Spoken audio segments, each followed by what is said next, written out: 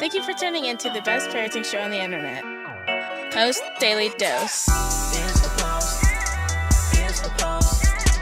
It's the Post. The Post Daily Dose. It's the Post. It's the Post. It's the Post. The Post Daily Dose. It's the Post. It's the Post. Good morning. Welcome. Hello. I'm Dr. Corey Lewis, and on behalf of United Indian Health Services and Evolve Youth Services, I'd like to welcome you today. I'll be your MC for the day. We've asked Sarah Scott to open the day for us. Sarah is a member of the Eureka, Chetco, Nez Perce, Yakima, Umatilla, and Warm Springs tribe. Please welcome Ms. Sarah Scott.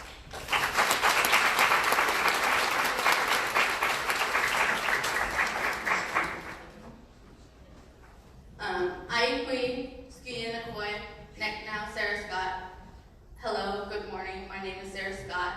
I am 21 years old. I am the youth services worker at Bear River Youth Program. I'm going to do a prayer, so if everyone can please stand.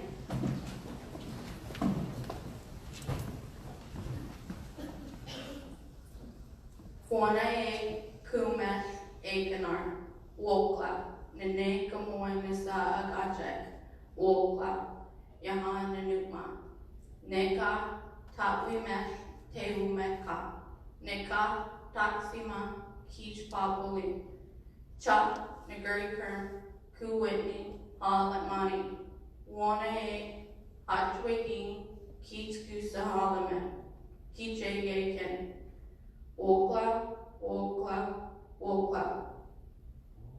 You can sit down.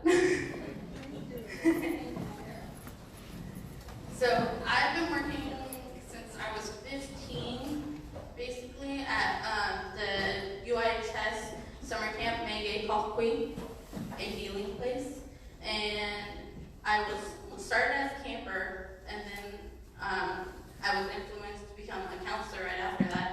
And so I went from peer to adult counselor, now to co-coordinator for the summer camp. I'm doing it again this year. And so from there, I went to becoming the health promotion and education technician at UIHS. Worked with Eric and Alyssa here, and in the suicide prevention program. And from there, I actually went to become a co-coordinator for the first time after that, and then I moved to Bear River and became a youth services worker. And we help kids from ages 6 to 17, and we're a program that doesn't charge, doesn't like, it's an open program, so it's a drop-in process, and we have kids who come in and it's a safe place for them to go. We're always open, and it's a place for them to go, and I really love it. I've been working there for a year. I was a health promotion and education for 2 years, about 2 years, and just thinking about what I've done all over the past, it's crazy because I'm here now. And when I was in health promotion and education, I got a lot of opportunities. Like they sent me to Las Vegas because I was handpicked to speak on a panel for the Healthy Teen Network conference, and which was in Las Vegas, and I've never traveled alone anywhere. And it was really scary for me, and it was really scary for my mother just to let me go by myself. I also got lost on this trip. Yeah, it was not good. And but I spoke in front of about 400 people or more, and it's really crazy because my mom's not a very good speaker. But then I also, from doing that, my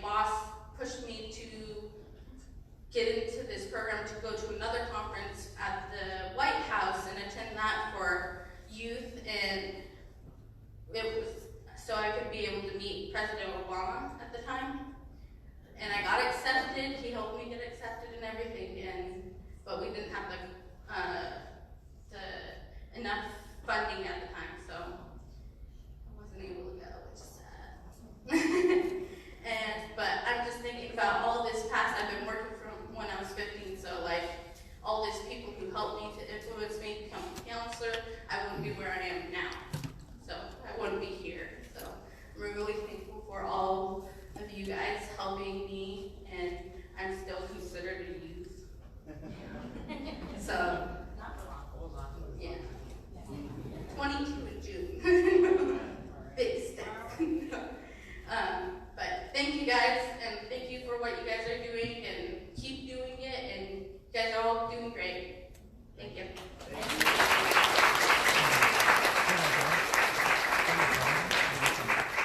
Thank you, Sarah. Hello, or if I may greet you in your honor, Ayakui. Hola.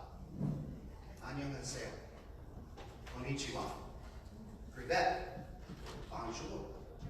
Namaste. Assalamu alaikum. Guten Tag. Ciao. Chances are that only a few of those greetings landed for you or made sense for you, because only a few were in a language that you speak and understand.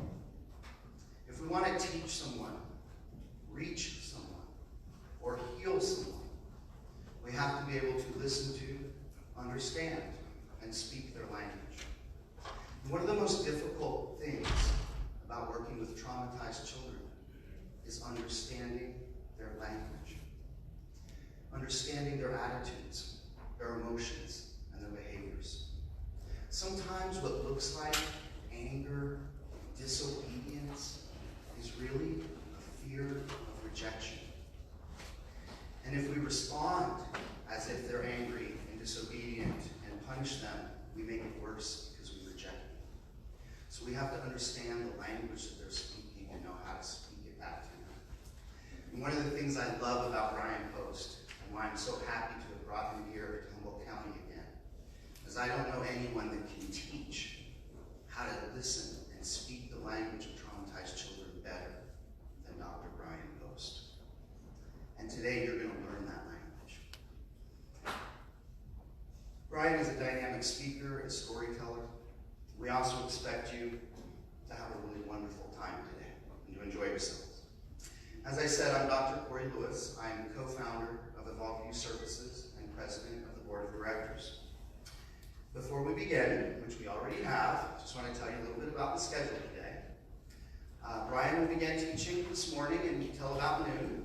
At noon, we will have a break for lunch from noon to 1.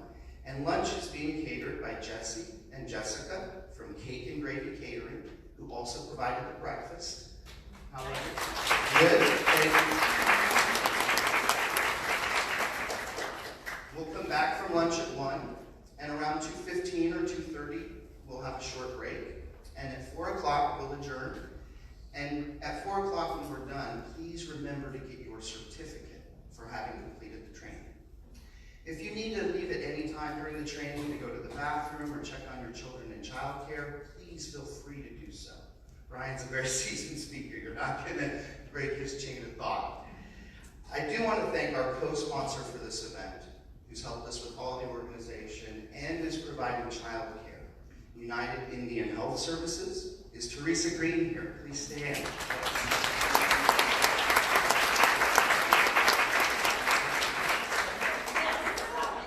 And providing childcare, they may not be in the room, they may be working right now, is from United Indian Health Services, Sandra, Ashley, Mackenzie, and Elisa. Thank you so much.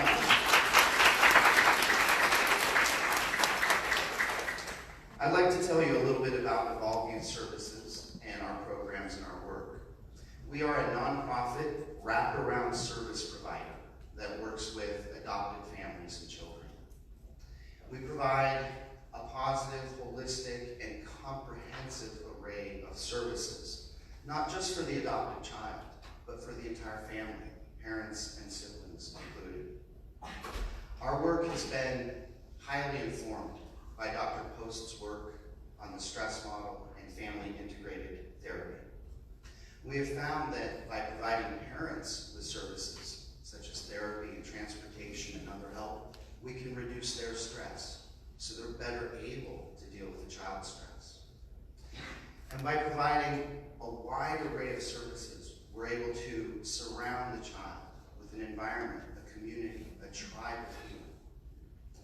We provide everything from case management, therapy and counseling, to Reiki, academic tutoring, mentoring, transportation, athletic and artistic activities, such as martial arts or music lessons, respite care, and group recreational activities, such as sea kayaking, panning for gold, foraging at the Blue Ox Mill, and other things.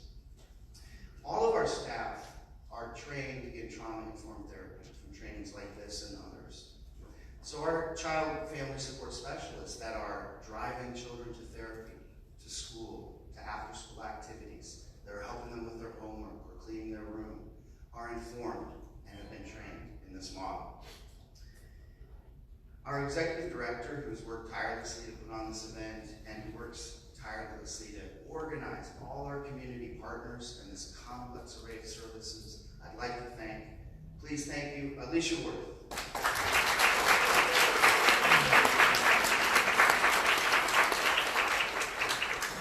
And her right-hand woman, Lauren Lorenzen.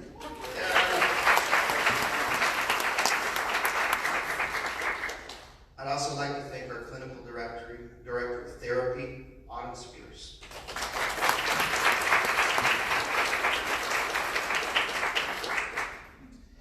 And another of our board of directors is here, and he also directs our summer recreational programs and our outdoor recreational programs, and is currently designing the summer camp for adopted and foster care youth. Please welcome Dr. Paul Marsh.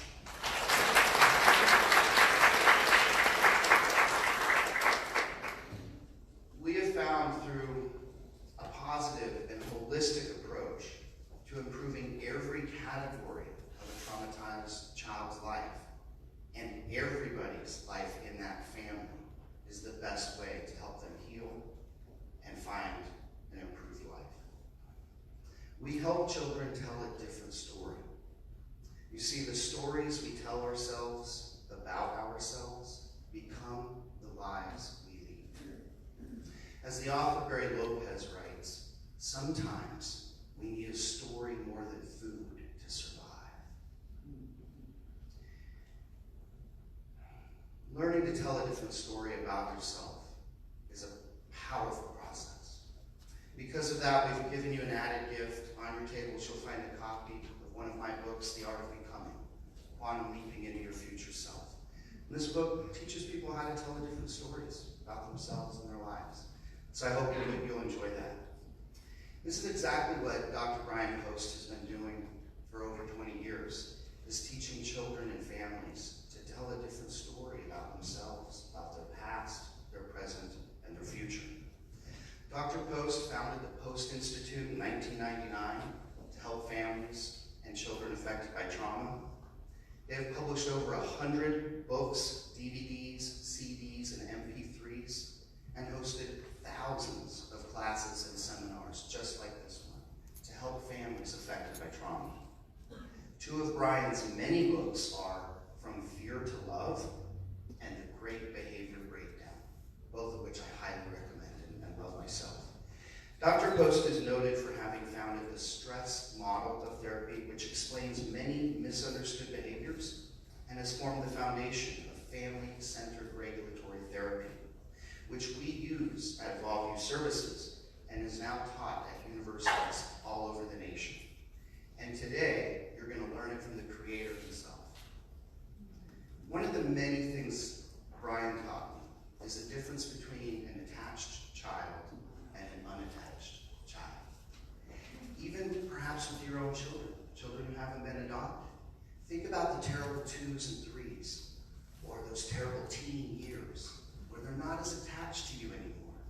And everything you used to do for discipline, for motivation, or just to connect with them isn't working anymore. What do you do? Well, especially what do you do if this is the 5th or 7th home the child has been in, and previous caregivers have abused them? What do you do if they're not attached to you?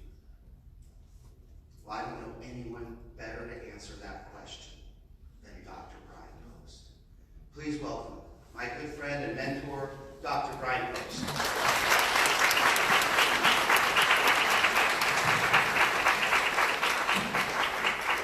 Hello, everyone. Thank you all for coming out on this fine rainy day. So we have a little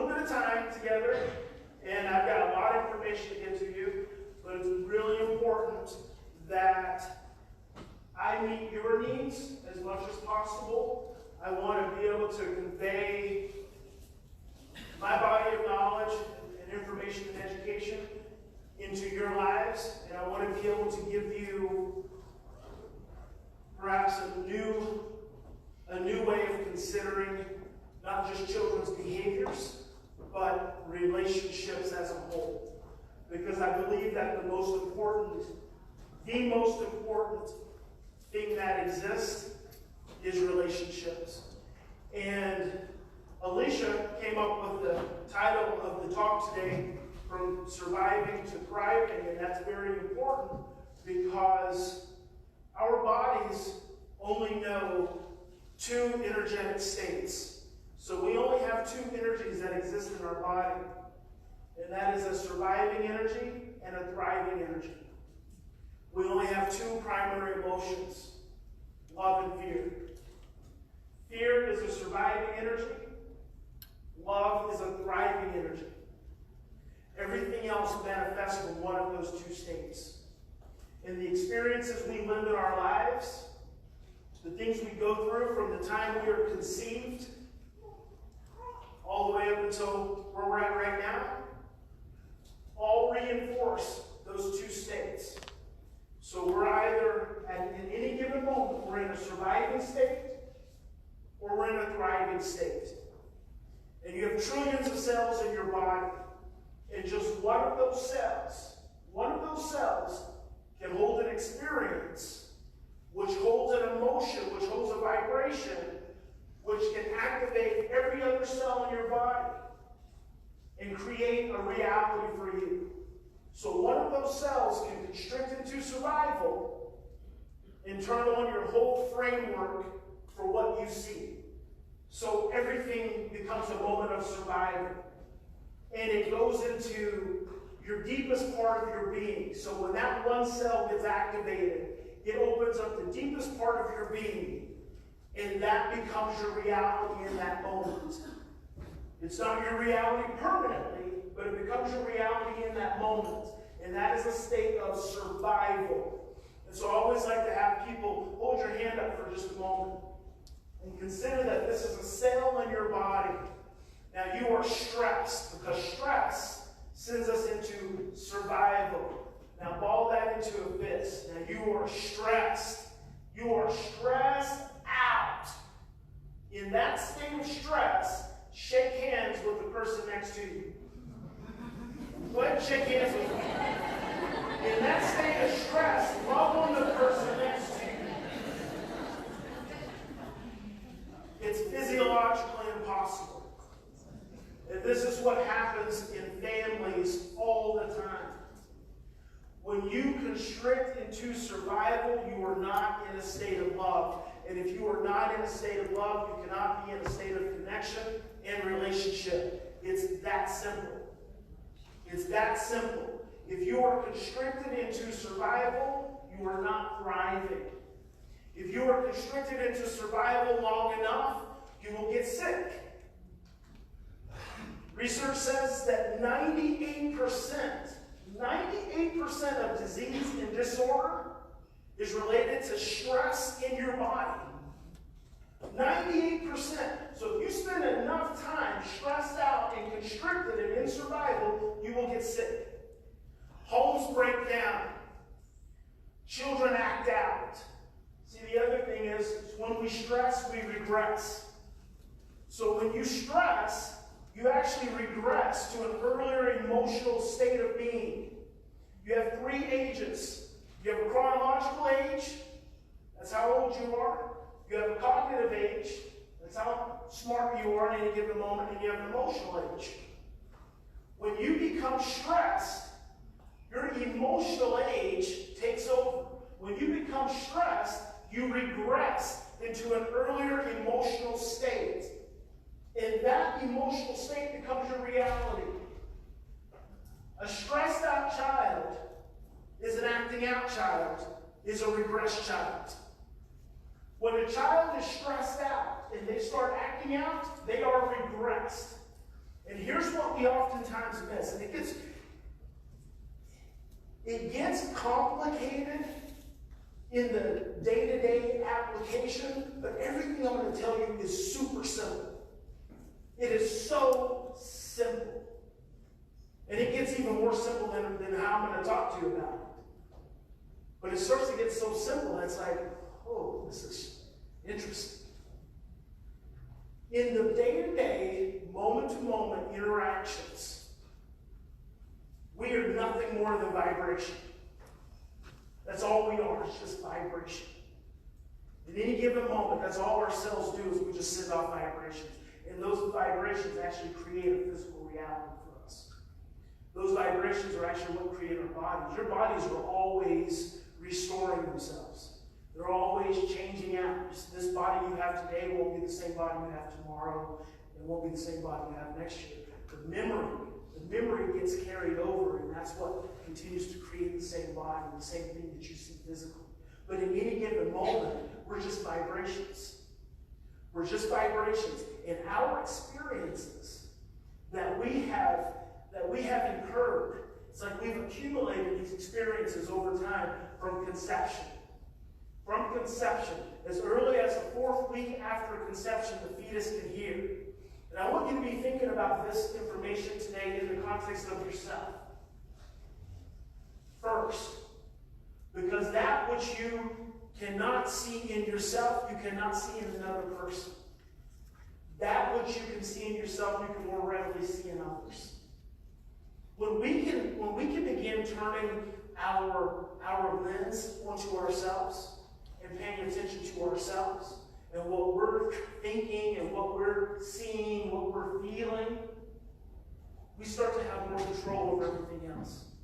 But it's when we get focused on everyone else and everything someone else is saying or someone else is doing, and we stop reflecting on ourselves and our reactions or our responses, that's when we start to lose relationship.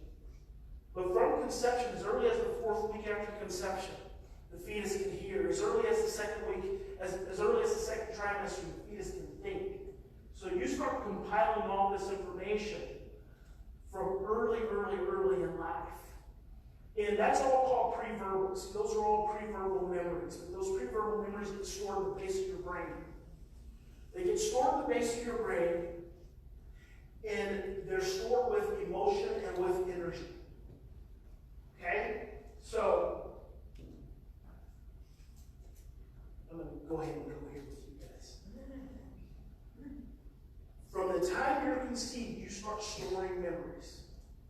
There's a part of your brain called the brainstem, and it never forgets. It's like a sponge, it's like a computer, it takes it all in. Now, as you get, and all those memories start at the very bottom. So every painful memory, every good memory, starts getting poured into you very early. It's poured in.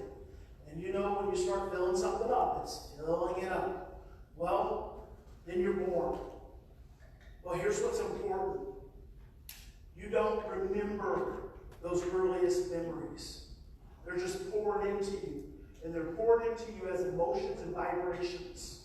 So you don't have a cognitive framework for any of those feelings, any of those sensations. And those keep getting poured into you, and you don't even start forming words around those memories until you start to get about 3 years old.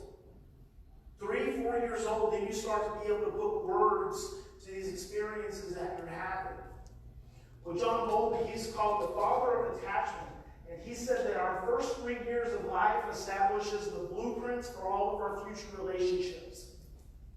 And he said that back in the late 50s. Now, neuroscience tells us that it's from conception all the way up to about 5 years of age that we establish the blueprints for all of our future relationships. So the blueprints for how you interact and engage with other people started from the time you were conceived. Now, the challenge is that you don't remember those. You don't have thoughts around a lot of those early memories. But your body remembers. You remember through vibration. I'm talking about us as adults, right? I'm talking about us as caregivers, as parents, as the ones charged with raising these children. We have these memories and these emotions and these experiences that we're not even able to put words around. Now, here's something I want you to remember. This is very important. And there's a few things that I'll say through the day, probably about 117 of them, that I feel like you should remember and like you should think about every day. Because I've been doing it every day for 20 years, so you guys should be doing it too. Here's one of them. Trauma is any stressful event which is prolonged, overwhelming, or unpredictable. Any stressful event which is prolonged, overwhelming, and unpredictable. Now let's just slow down for just a moment. Just a moment.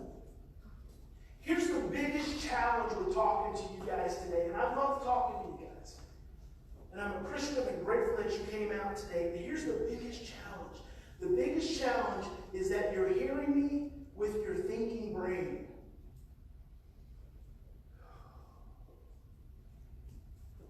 And the problem is everything that you're going to go home and deal with, and everything you've been dealing with in your life, your own personal life, and with your children, it's emotional. That's the challenge. So I'm talking to you, and you're hearing me with your thinking brain, but all of your experiences have been emotions. See, that's your right brain. And then the challenge beyond that is that when your emotions get turned on, they actually dictate to your thinking. So you're hearing me with your thinking brain, but it just can't go very far into your heart, into your soul, into your being, because it doesn't have the highest degree of vibration attached to it. See, the way the brain changes is through emotion. Repetition of emotion and environments. So repetition becomes so important. If you hear something over and over and over again, like your favorite song over and over and over again, pretty soon you can sing along to it. Like I started doing karaoke, like I got my favorite song, in fact, karaoke. I think I sound pretty good. I know I really don't, but I think I do. But it's that repetition. So the problem is we will spend this day together and I'll be talking to you. But when stress sets in, your emotion kicks in. Your emotion kicks up. And when your emotion kicks up, guess what it stirs up? It stirs up all those earliest memories. All those earliest memories that got poured in get kicked up. And guess what? You forget. You forget what we talked about. So that's why it's important for me to try to keep it as simple as possible so I can give you a few really core concepts that you can build on. Because those concepts, they can actually start transforming your relationships. I can't give you too much because it's too much for us to handle. It's the emotion that matters. And I want you to understand, it's the emotion. It's the emotion that makes the difference in your lives and in your homes. It's not all this thinking stuff. The thinking stuff actually just gets us more confused and overwhelmed. See, trauma is any stressful event which is prolonged, overwhelming, and unpredictable. Now think about that. Through the span of your life, how many of you have experienced an event that was prolonged, a stressful event that was prolonged, may have been overwhelming, and caught you off guard? All of us, right? We all have. We all have. Potentially, all of us have experienced trauma. And here's the thing. Trauma changes the brain. Trauma changes the brain. The emotional impact of experiences, the vibration of that experience. You know what that really stressful experience, you have a stressful experience and you just feel it in your body just like, ugh. It just upsets you, doesn't it? That's the vibration of the experience. You ever got hit by a car? Bam! And the hit is over, but you feel it reverberating through your body. Your head hurts. The hit is over, right? The hit is done, but you still feel it. You still carry it, and you get more vigilant, and you're looking at every other car around you. Now, here's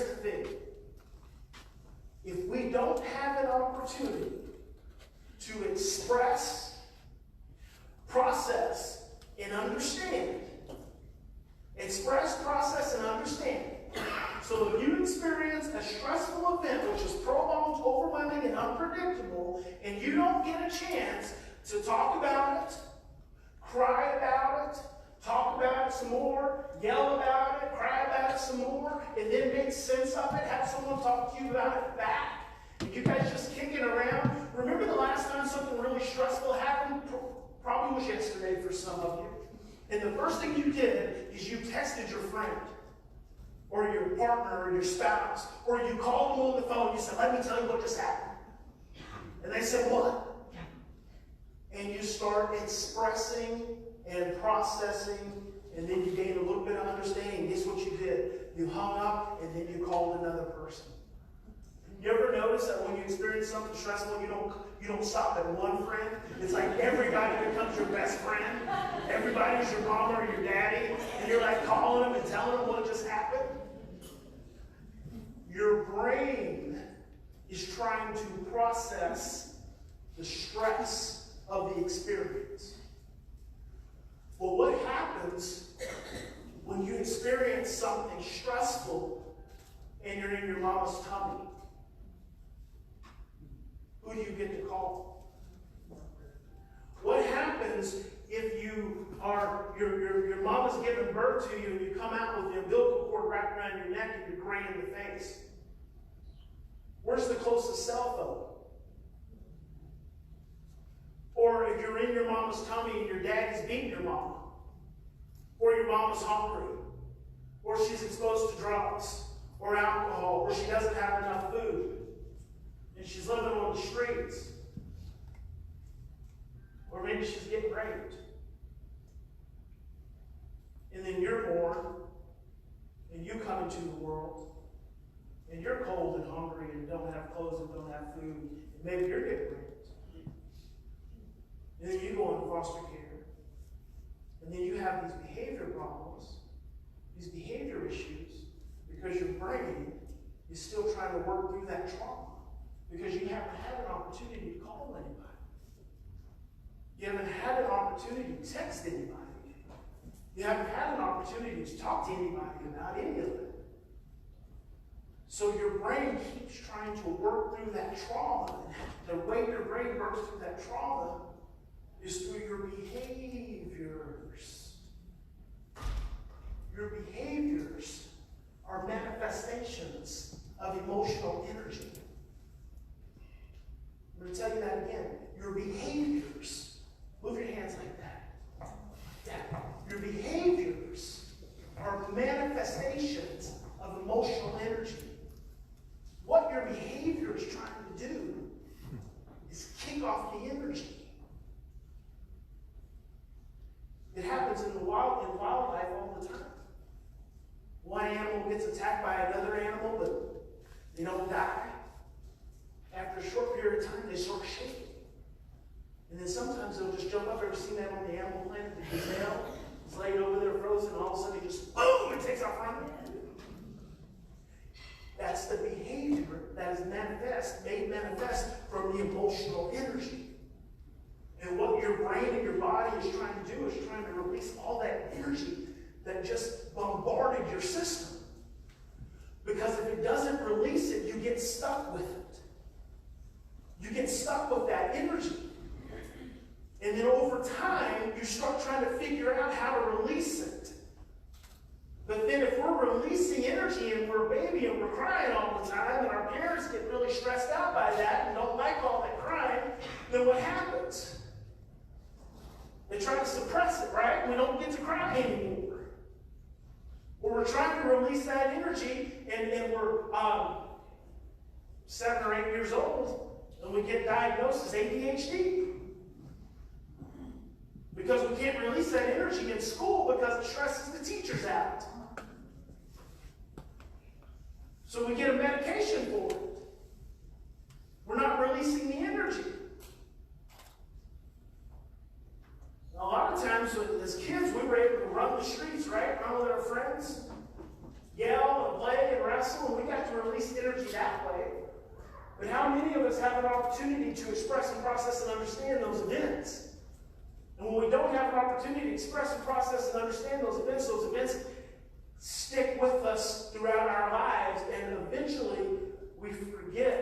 about those events. The older we get, the further away from those events we move. We move more out of the emotional and more into the cognitive as we get older. And then we have children, or then we adopt, or then we foster. And then we bring in this child, this sweet little child who's experienced trauma and hasn't had an opportunity to express it. So what we do is we bring this sweet little child into our home, and they're vibrating at a higher frequency than our biological children that we've raised. And because they're vibrating at a higher frequency, what happens is we start to experience a different level of stress. And because we start experiencing a different level of stress, and the way I like to kind of frame it is, it's like a pond in the winter. As the temperature gets colder, the water starts to freeze on the top. And so as you get older, the temperature gets colder and the water starts to freeze on the top. And then you just kind of go along in life. It gets colder, it's nice ice, you can skate on it, you can play on it, you can work on it, you can, go through day-to-day functioning on top of this ice. But then this child comes along, and that higher frequency starts to change the temperature in the room. And all of a sudden, that ice starts to melt. And it gets a little more fragile and a little more fragile, and stress increases. And as stress increases, the temperature increases. So now all of a sudden, where you had all this thick ice and things were good and you were going along in life, all of a sudden you start feeling more anxious. All of a sudden you're sweating more. Your stomach's upset more often. You're not sleeping as well. You're more irritable, and you're like, what's going on? Because then it's like, this only happened because this kid came into the home. But is that really true? No, it's always been there. You just haven't had that climate change.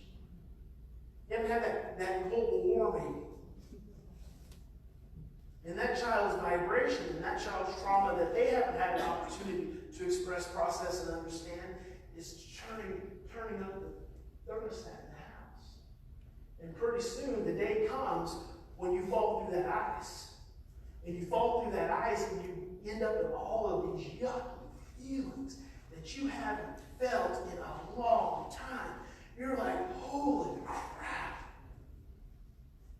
And then the only thing you can think is to get that child to stop doing whatever they just did to make you feel that way. That's the only thing you can focus on. Because you spent so long getting away from that ice. You spent so long getting away from what's underneath that ice that when that child turns up that thermostat and you finally break through that ice and you fall back into that muck that you remember, this happened really early. You don't even have words for it. And sometimes you do have words for it, but you don't want to go back to it. So you drop into that, and the only thing you can do is figure out how to get that child to stop doing that thing that makes you feel the way you feel. But see, what you oftentimes don't understand is in that dynamic is that child is doing that thing that makes you feel the way you're now feeling because they feel the way you feel too. Their ice isn't very solid. So they break through their ice a lot more readily than you do. Small temperature changes for that child causes them to break through their ice and get in their muck. And in their muck is then when they start expressing through their behaviors. So what I need you to understand about trauma is that it's any stressful event, and it impacts all of us. All of us. And when we become stressed, our trauma gets turned on all over again. It gets turned on all over again. The single most powerful way to help a child heal from trauma is to first heal ourselves. That's it. The single most powerful way to help a child heal from their trauma is to first heal ourselves, at least begin the process. Because I believe that healing is a lifelong journey. And the gift that these children bring us, adopted children, foster children, biological children who've had medical traumas, the gift that they bring us is the opportunity to work through the stuff that we hadn't worked through before. So we can be free of that pain. Because that pain hasn't gone away. It just reaches up and grabs you from time to time. Just reaches up and gets you. But see, it's your child who makes that pain alive, brings that pain back to life for you, that's now giving you the opportunity to pay attention to it, to look at it. Because what happens is when you drop into that stuff, you start sending out a much bigger vibration than they send out. Your vibration is much more powerful because it's an adult vibration. And then what you're not able to do is you're not able to create a vibration to help calm their vibration.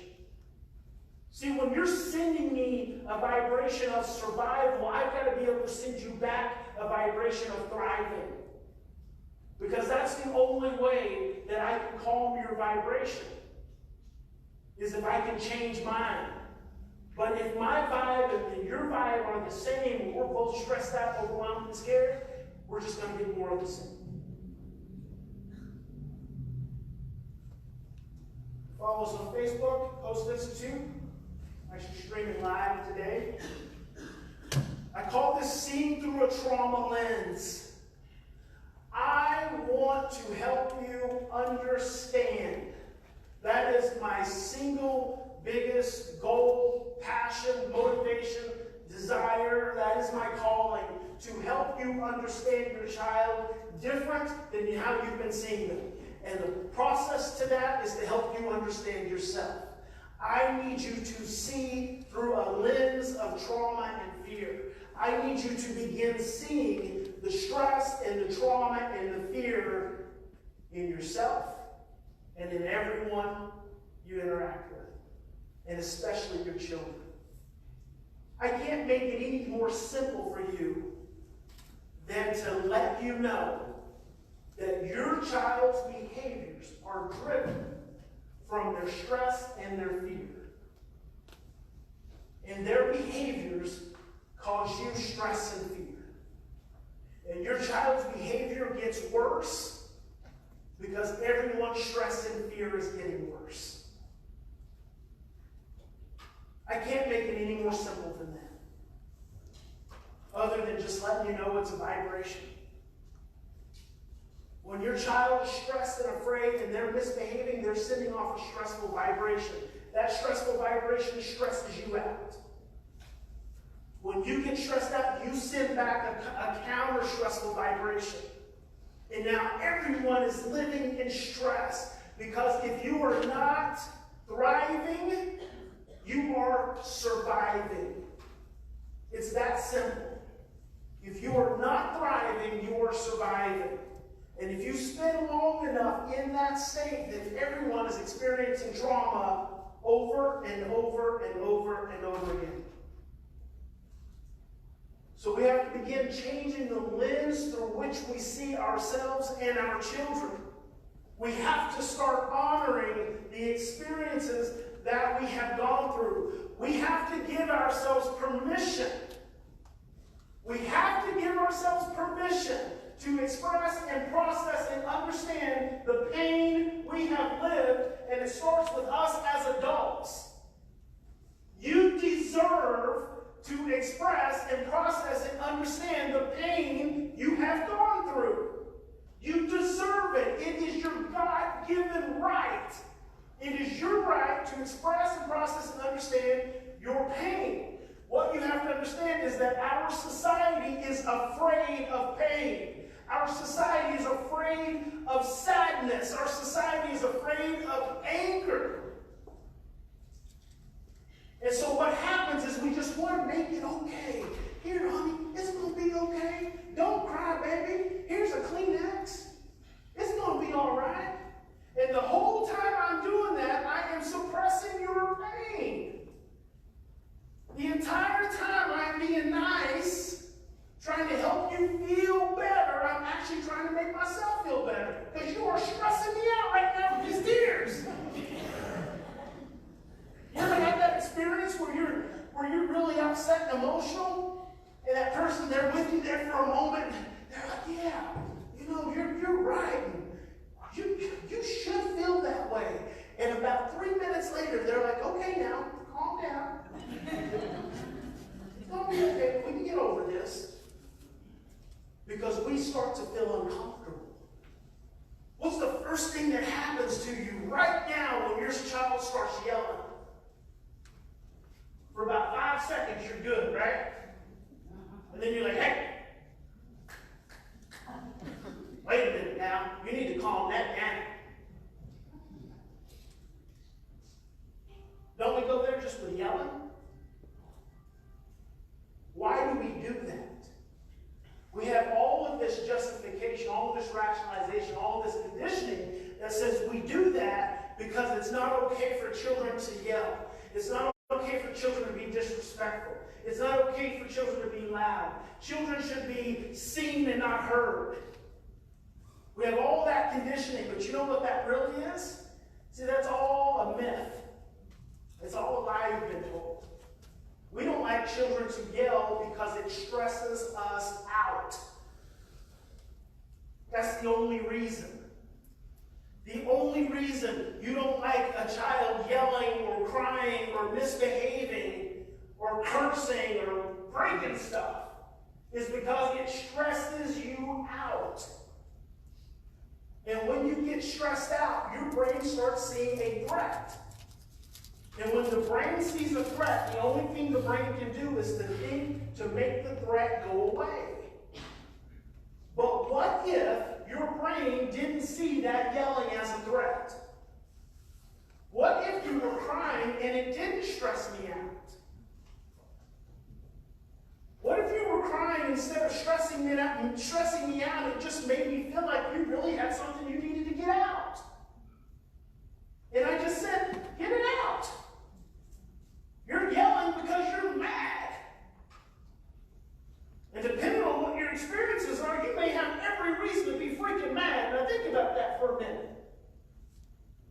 Depending on some of your experiences, some of you have a lot of freaking reasons to be daggum mad. Don't you? And you think about your children and what they've gone through. Don't they have some reasons to be angry? Don't they have some reasons to be hurt? Don't they have some reasons to be scared? And if I tell you that every time they're misbehaving, they are expressing that hurt, that fear, that mad. And instead of us telling them that they don't deserve it, what if we start saying, you absolutely deserve to feel that way? Because see, here's the thing. When your children are misbehaving, you start taking it personally. You start taking it personally because it stresses you out, that it feels very personal to you. Because when you get stressed out, you drop into your own muck. So it feels very personal. But when your children are misbehaving, it ain't got nothing to do with you. It's got everything to do with their own muck, their own pain, their own hurt. They're in their own stuff. But when we take it personally, we can't permit them to work through their own stuff because we're trying to keep ourselves safe. And as long as we're trying to keep ourselves safe as parents, that's really no different than if we're sitting in this room with our kids and the roof starts to fall and we just jump out and start running and leave our kids in there. You seen that little skit on Facebook where the dad's walking up to the house at Halloween with the two kids and the thing sitting there in the yard, and all of a sudden it jumps up, and Dad's like, ah! Takes off running, and just leaves his kids there. They're like, oh! Every time our children drop into their stuff, and then we subsequently drop into our stuff, we're abandoning them in their pain. We're abandoning them in their pain, and here's the thing, guys. It's just pain. It's just hurt. It's just sadness. It's just anger. Nobody's going to die. Nobody's going to die. If I'm cussing you out, you're not going to die. You really aren't. But in that moment, our brains think we're going to. And then when our brains think we're going to die, we got to stop it. Nobody's going to die. And if I can get to that place where I really do trust and have faith and know that you're not going to die, then I can let you be where you need to be. And I can not only let you be where you need to be, but I can support you there. I can support you there. I can say, and I was just talking to a couple of parents, special parents, yesterday in one of the situations. So this is what happens. So let me give you this real quick. In times of stress, our thinking becomes confused and distorted, and our short-term memory is suppressed. In times of stress, our thinking becomes confused and distorted, and our short-term memory is suppressed. So when we are stressed, we're not thinking clearly anymore. We stop thinking clearly, and our short-term memory turns off.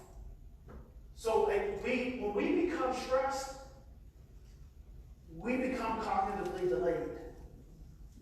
We are intellectually delayed, and that's neurological. When you become stressed, you drop down into your brain. You drop down into your brain stem, into your amygdala, your lower limbic system, which means you move away from your prefrontal cortex. Your prefrontal cortex is up here. It's your executive control center for all of your social and emotional relationships. When you become stressed, you drop down into your limbic system, your reptilian brain, your Neanderthal. All of your thinking goes offline. When you become stressed, you go into survival. So yesterday I was spending some time with a couple parents, and these two people are like brilliant level.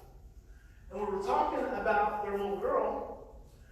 She's 8 years old, and Mom said, you know, the morning times is a big challenge. And Dad said, yeah, I know it's a big transition time for them, but you know, and it's been going good, but now it's kind of getting stressful, and they just can't get that morning time worked out. And Mom said, well, she's a morning pooper. I said, well, that's cool. See, I make note of that. Mom says she goes in the bathroom for like 20 minutes. She said, I don't know what she's doing in there. I don't know what she's doing in there for 20 minutes. There's 20 minutes in the morning time when a lot has to get done so they can get their stuff together and go to school. And so I said to Mom, now listen to this. Is she constipated? Is it hard for her to poop?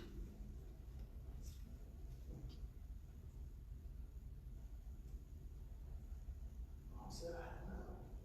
I never asked her. I said, well, she could be. Mom mentioned the supplement that she's given her that could cause that. Dad says she really eats. She really likes to eat. Could be. Little girl comes home. We're talking, hanging out a little bit, and she's eating a little snack. Mom says, honey, is it hard for you to poop? The little girl says, why? It's weird, Mom. Why are you asking me about my poop?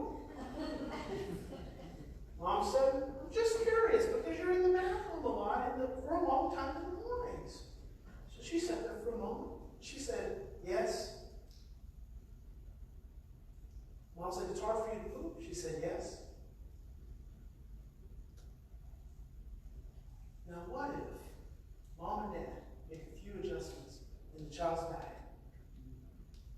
allows her bowels to start working the way they need to.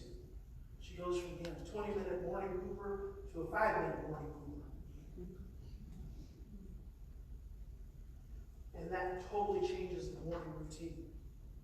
Because if you're an adopted child, and you've got early birth trauma already, and I call that when you're a baby and you experience a lot of stress in utero shortly after you've been born, it knocks off a part of your brain called your hypothalamus, which controls your circadian rhythms. Your circadian rhythms are what help you make smooth transitions.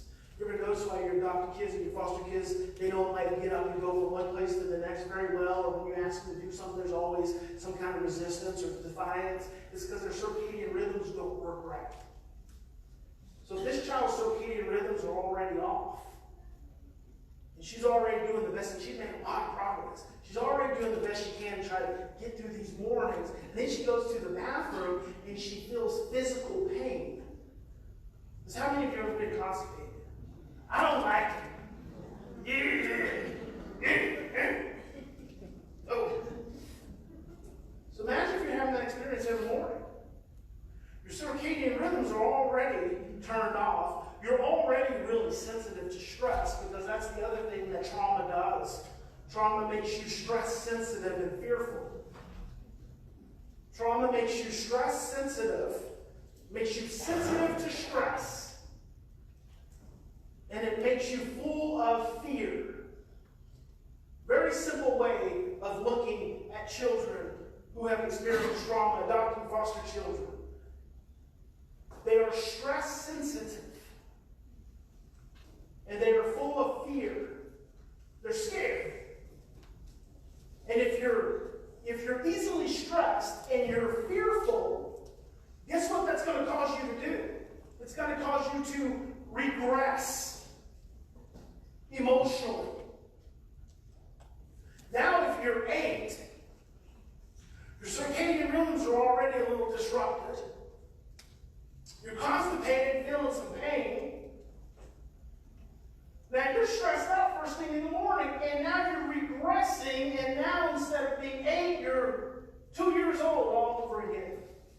And Mom said, and then she does things like stand at the cabinet, and I'll be at the table, which is 5, 6, 7 feet away, and she'll say, I need a plate. And Mom will say, oh, get yourself a plate. I can't reach the plate. I can't get the plate. You're making my life so hard. Mom says, extend your arm. I can't extend my arm. I'll never extend my arms. Does that sound like an 8-year-old or a 2-year-old? It's a 2-year-old.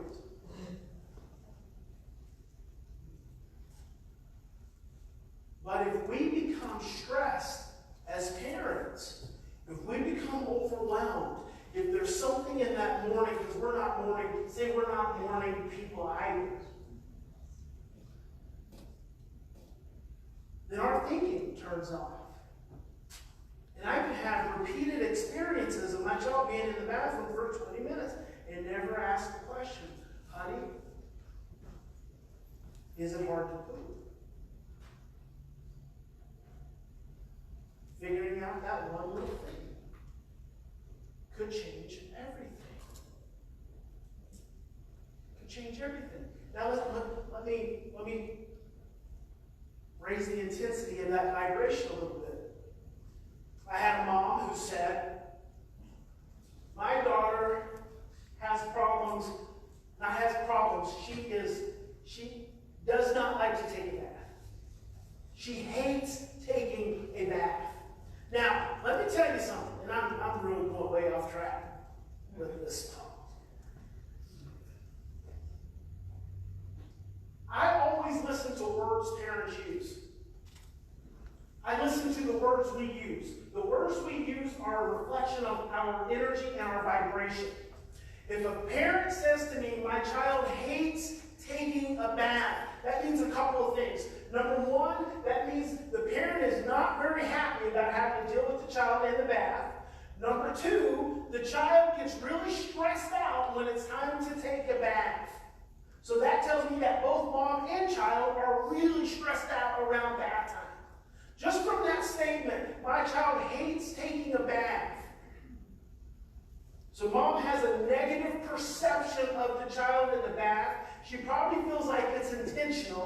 And that makes mom probably feel even worse, because now she's like, my child is choosing not to take a bath.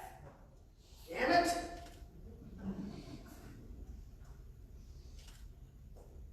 And then what mom isn't able to access in that moment is maybe, just maybe, something about the bath is causing the child to have some kind of post-traumatic stress reaction.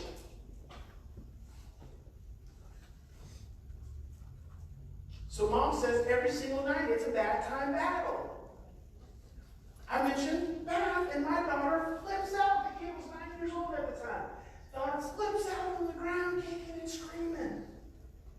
But she's going to take a bath whether she likes it or not, so I jump on her and I just hold her down until she calms down.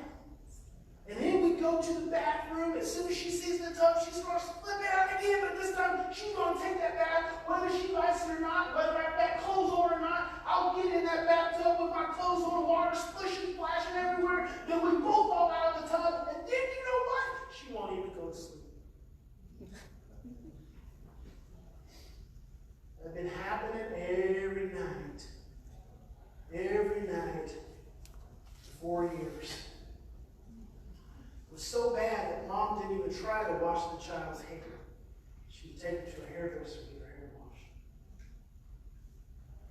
Mom said, what do I do about that? And I said, the next time you mention bath time to your child, the first thing I want you to do, when she flips out, I want you to sit on the bed, and I want you to take some deep breaths, and I want you to ask yourself, how are you feeling in that moment? That's all I want you to do. Mom said, that doesn't sound like very sound therapeutic advice. She's been a marriage and family therapist for 30 years. She was 67 years old with this 9-year-old. And I said, just give it a try. Give it a try. Just sit on the bed. Email me back, call me, whatever. Let me know what happens. Mom calls me back a few nights later. She said, you're never going to believe what happened. Mention bath. Daughter starts flipping out. I sat on the bed like you suggested. She said, I felt like an idiot sitting on the bed while my 9-year-old throwing this big old tantrum on the ground. But do you realize in less than 10 seconds, she completely stopped what she was doing, climbed up on my lap as if she needed a hug, realized that she didn't, and then she went and got in the bath? She said, that's too much for my old heart. And that was the beginning of the end of their bath time battles. When we did a little work with them and dug in a little deeper, we found out that when the girl was picked up at 3 years old by Child Protective Services, she had ice so thick on her that they could pick it off with their fingers. And then when Mom was a little girl, Mom, 67-year-old, her older sister used to scream in her face all the time. And it was really terrifying for her. So both of them were in this trauma cycle. They were both in this PTSD cycle.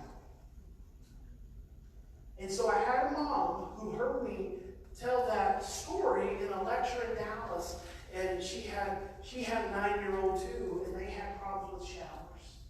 And Mom said, okay, well that sounds interesting, because the kind of the technique or the tool I teach with that is called the 3-phase intervention: reflect, relate, and regulate. Anytime, when a child is acting out, as long as they're not at risk of harming themselves or someone else, the first thing you've got to do is you've got to stop and take 3 to 10 deep breaths and ask yourself, how do you feel? Ask yourself, how do you feel? When you get in touch with how you feel, then you relate to the child by saying, I'm feeling really stressed, or I'm feeling really scared, or I'm feeling really angry. How are you feeling? You give an opportunity to relate. A lot of times they're going to say, I don't know, and that's okay, because you keep reflecting and you keep relating.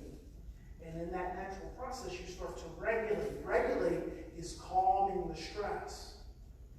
There's a term called regulation. It's keeping the stress within your window of tolerance.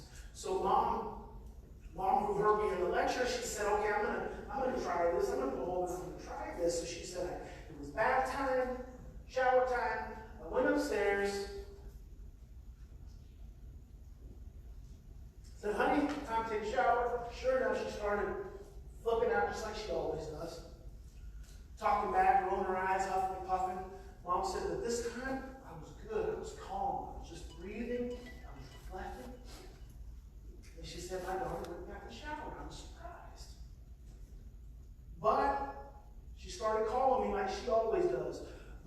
water's too hot, it's too cold, I drop my towel, I don't like this towel, I don't like this soap. Mom said, usually bugs the heck out of them. But this time, I went in the bathroom, I got what she needed, pulled up the seat, and I said, honey, I'm going to just sit right here. If you need something, let me know. I'll be right here. Got her to the shower, got out. Mom said, that was the best shower we've had since she was 4 years old. So I thought I'd go for a home run. So my 9-year-old daughter had her towel wrapped around her. We went in her bedroom, sat on the edge of the bed. I had her sit next to me. I put my arm around her. I said, honey, that was the best shower we have had in 5 years. What is so scary about taking a shower? Now think about this. In 5 years, Mom had not sat down on the bed with her child, put her arm around her and said, what is so scary about taking a shower? In 5 years. And she said, my 9-year-old looked at me and she said, well, Mom, the guy who sexually molested me made me take a shower with him. And Mom said, I didn't miss a beat. I said, honey, you don't have to take a shower anymore. You can take a bath. She said, this was 2 weeks later. She said, my daughter takes a bath so fast now, I hardly even know she's in and out of the tub. 5 minutes to overcome 5 years. Why? What made that possible? Mom calmed herself down. And as you calm yourself down, you move from your limbic brain, your Neanderthal brain, your small brain is what I like to call it, up to your big brain. And when you are at the level of your big brain, you can think. You can think. You can remember. But if you are not at big brain and you are at small brain, you cannot think and you cannot remember. You cannot think and you cannot remember. So what do we have to do to be able to get there? What do we have to do? What do we have to do consistently to be able to stay in our big brain instead of in our small brain? Because every time our children get stressed out, it is an invitation to drop into your small brain.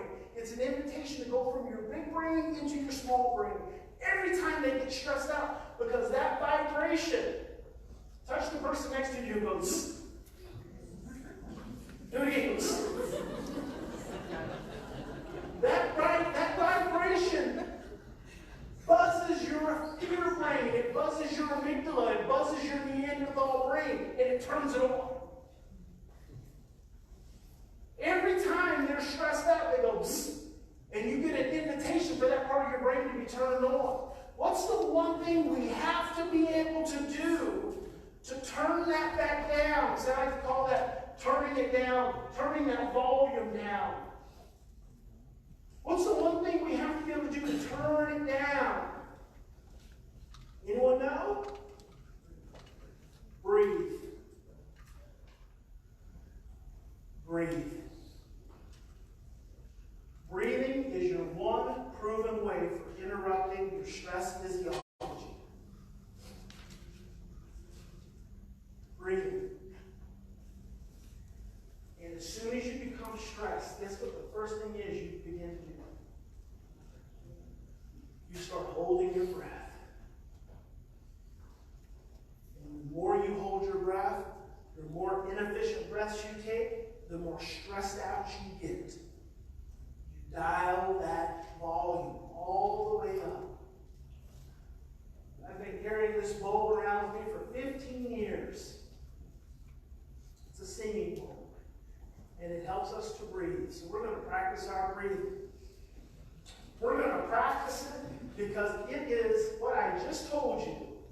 Breathing is the single most important thing that I can teach you in the whole day. In 20 years of doing this work with every kind of kid and every kind of parent and every kind of adult, the most important thing I can teach you is the ability to breathe in the midst of stress. Because it is the only thing that gives you the possibility for maintaining relationship.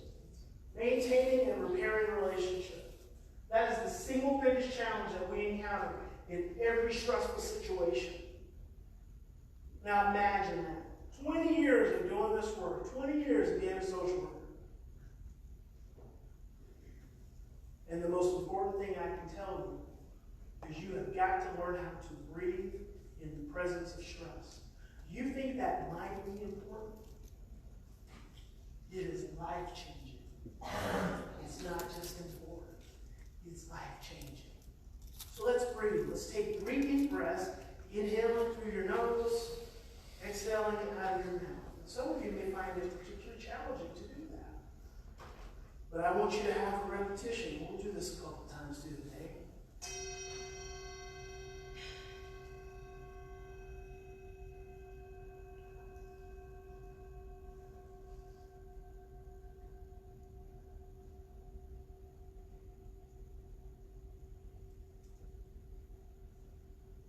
Let's do some more.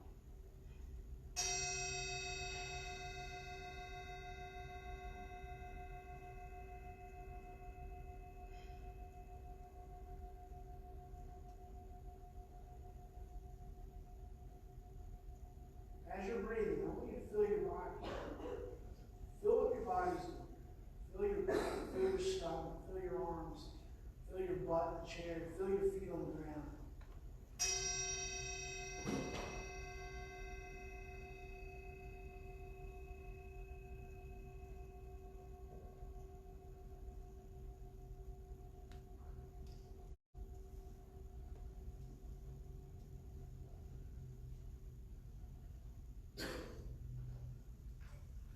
One proven way to interrupt our stress physiology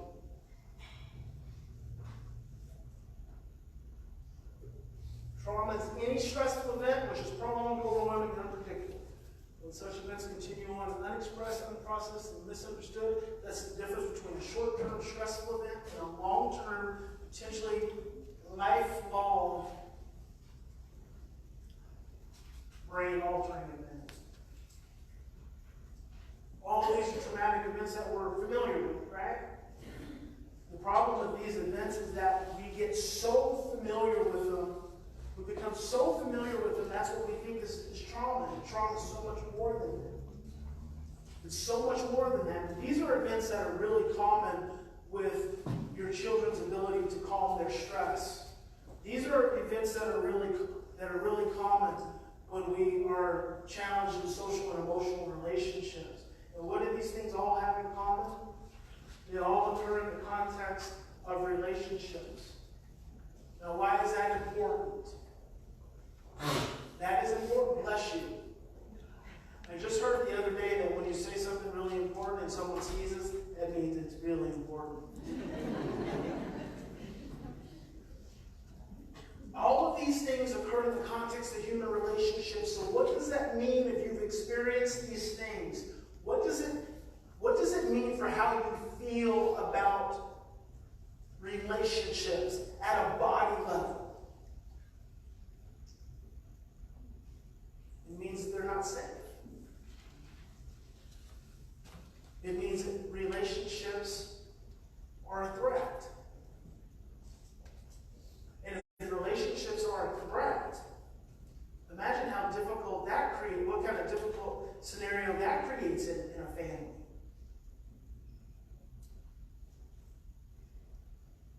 Emotional absence and parental depression being the 2 most common forms of trauma in our society, because they are non-verbal experiences of stress. When you are a stressed out parent, when you are a depressed parent, when you are an emotionally shut down parent, you're sending a vibration of stress. You might think that because you're depressed and laying in your bedroom all day, that you're not harming your children, but you are sending off a vibration of stress. You may think that because you are going to work every day and you're putting food on the table and you come home and you lay on the couch and you watch television and you read your magazine and you make sure that there's dinner cooked. But the rest of the time you just kind of shut down. You may feel like you're doing the best possible thing for your children. It's not true. It's not true. Because you're sending a vibration of stress. Parental depression and emotional absence, the two most common forms of trauma in our society. Two important terms, regulation and dysregulation. Regulation is the experience of stress within your window of tolerance. That means being able to handle your stress. Dysregulation is the experience of stress outside of your window of tolerance. When you are in a state of dysregulation, you are stressed out. Now listen to this. Dysregulation, generally referred to as being stressed out or in a state of distress. It is believed that affect dysregulation is a fundamental mechanism involved in all psychiatric disorders. It is believed that being stressed out is the fundamental cause of all psychological, emotional, and behavioral challenges. I'm just rewording that for you. Think about that for a minute. That statement, I feel like that's a profound statement. It is believed that affect dysregulation, being stressed out, is the fundamental cause of all psychiatric disorders. Which means it is believed that being stressed out is the fundamental cause of all psychological, emotional, behavioral challenges. If that is true, and I believe it to be true, and your child or yourself is in a state of emotional or psychological or behavioral distress, what is it that you need to do? You're going to change someone's life. I'm about to change somebody's life. You're going to change it. Breathe is like the first thing. Breathe, but what are you doing? You are reducing the stress. Now think about that. And I know that's so simple. It's so simple, it's hard to wrap your brain around. If you or your child is in a state of psychological or emotional or behavioral difficulties, and being stressed out is what causes that. All you have to do is focus on reducing the stress. That's all you have to do. All you have to do is focus on consistently reducing the stress. Now let me tell you what happens when you do that. Because see, that's when it starts to get complicated. I just think that's funny. Like, my mama saw that up there, she'd be like, Brian. I think it's hilarious. Let me tell you what happens.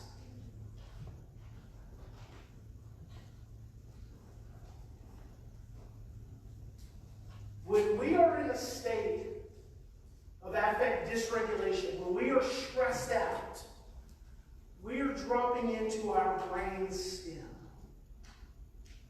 We're dropping into our brain stem. And when we drop into our brain stem, our stress and our trauma gets stirred up. Remember, that's the muck. If I am able, see, this is so important. This is so important. If you're in your muck, and I am able to reduce my own stress first by breathing, if I am able to not get completely stressed out and drop down into my muck also, then what I begin to create is an environment and a relationship so that you can experience your muck and nothing bad happens. I'm going to say that again because it's important. Two people. You shy?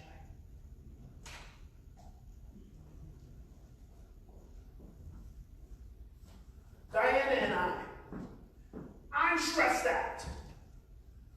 I'm stressed out. I have melted my eyes and I have fallen into my muck. And I am losing my shit.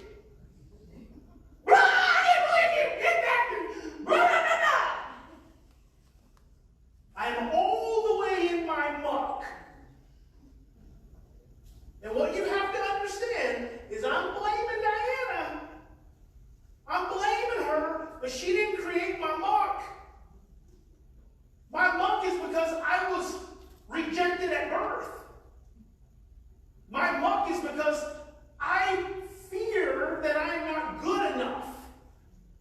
My muck is because I am terrified of being abandoned.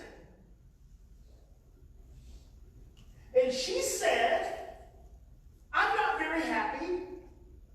I don't like you when you act this way. And I think I'm going to leave. That's all she said. But in my muck, I have all this terror. I have all this fear. I have all this trauma. And I'm blowing my gasket. What happens when Diana takes a deep breath? I'm totally belligerent. She doesn't even say anything. She's not saying, I can't believe you say these things about me, and I just can't take this anymore. And you should leave, and I don't want you here anyway, and I'm better off without you. And why aren't you saying anything? And then she says, I'm not going anywhere. What? Yes, you are. Yeah, you are going to leave. I know you are. So I'm in my muck. Saying, I just don't like the way you've been treated.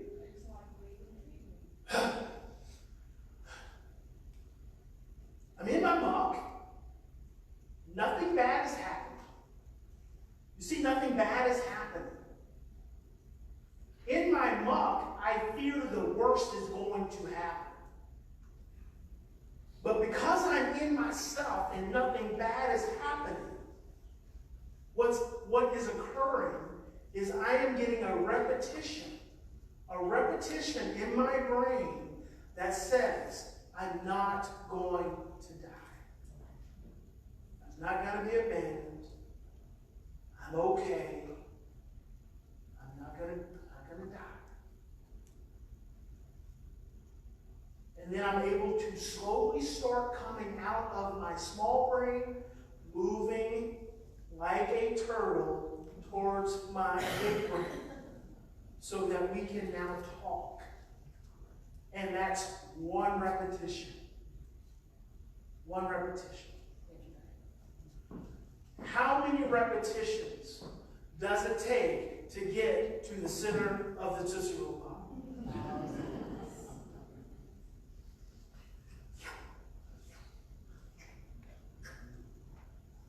A lot, right? Seems like it takes a lot, right? But how many repetitions did it take that mom who'd been struggling for all those years with her daughter taking a shower? That daughter is now 20-something years old. How many repetitions did it take? One.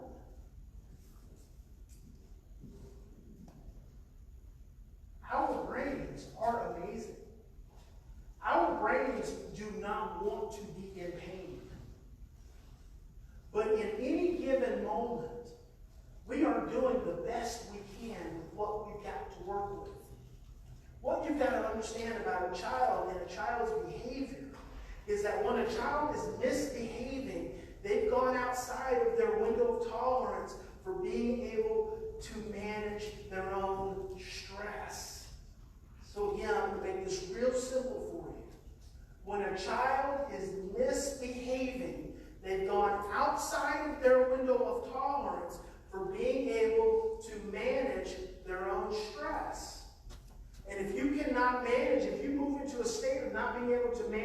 chronic stress,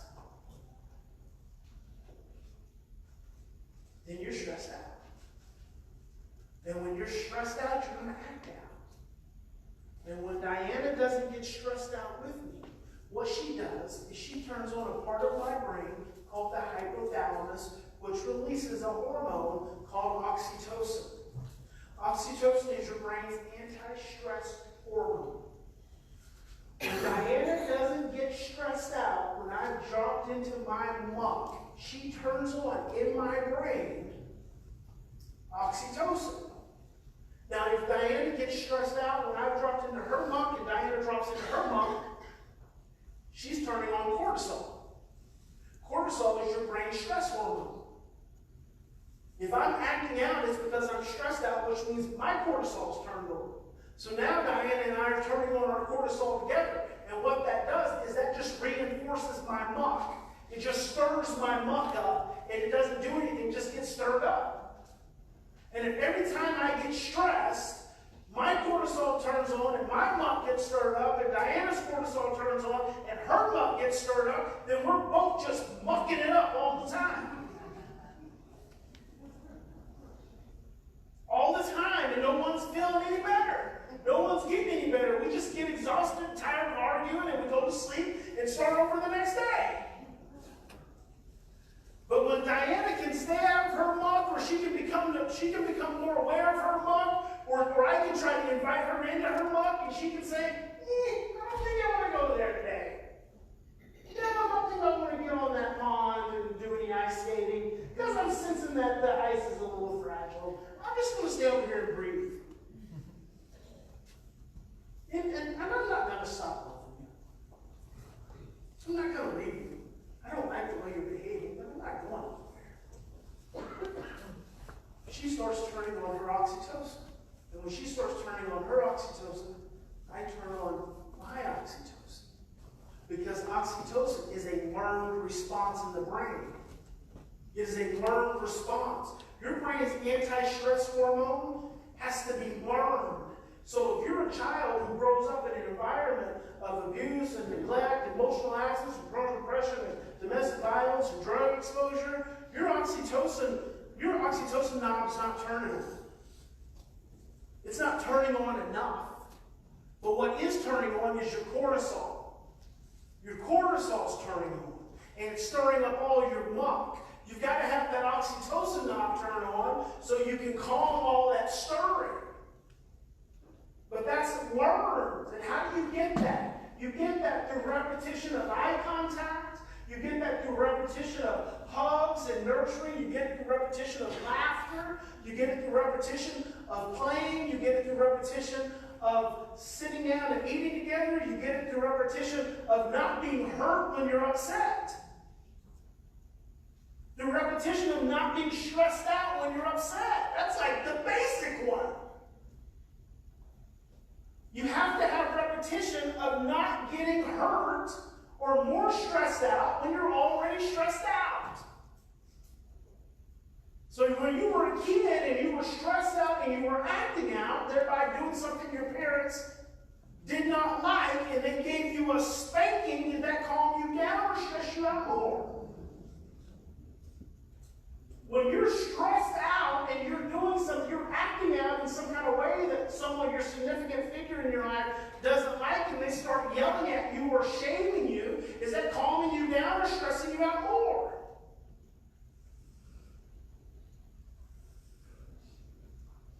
That is the base. That is the base. That is the foundation of healing. And that is the hardest work there is to do. Because it all comes back to our muck and how we handle our own muck. Because it's how we handle our own muck that puts us in a place to help other people work through theirs. If we can't calm our own muck, we can't help other people work through theirs. Which means then we can't help them learn how to release oxytocin. Because when you get stressed out in a home, one of the first things that goes away is affection. That's a major source of teaching oxytocin. Another thing that goes away is eye contact. Another thing that goes away is laughter. Another thing that goes away is bedtime stories. Another thing that goes away is just love. Love goes away. And guess what's left? Fear. Fear. And guess what the muck is? Fear. And so when all the love goes away, and the only thing that's left is the muck and the fear, all we're doing is creating more fear.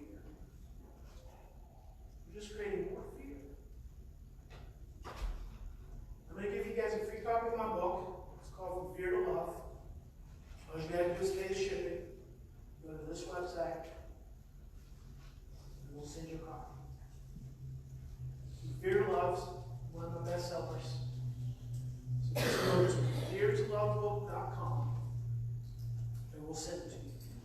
I'm also going to give you the audio. So you're going to get the book, and you're also going to get the audio book. All you got to do is pay the shipping. It's like $7. Unless you're international. You know that for me to send my little book to England costs $22? Is that not insane? I mean, the book is only 120 some pages.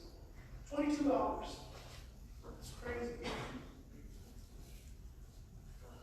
Let's talk about the educational success model real quick.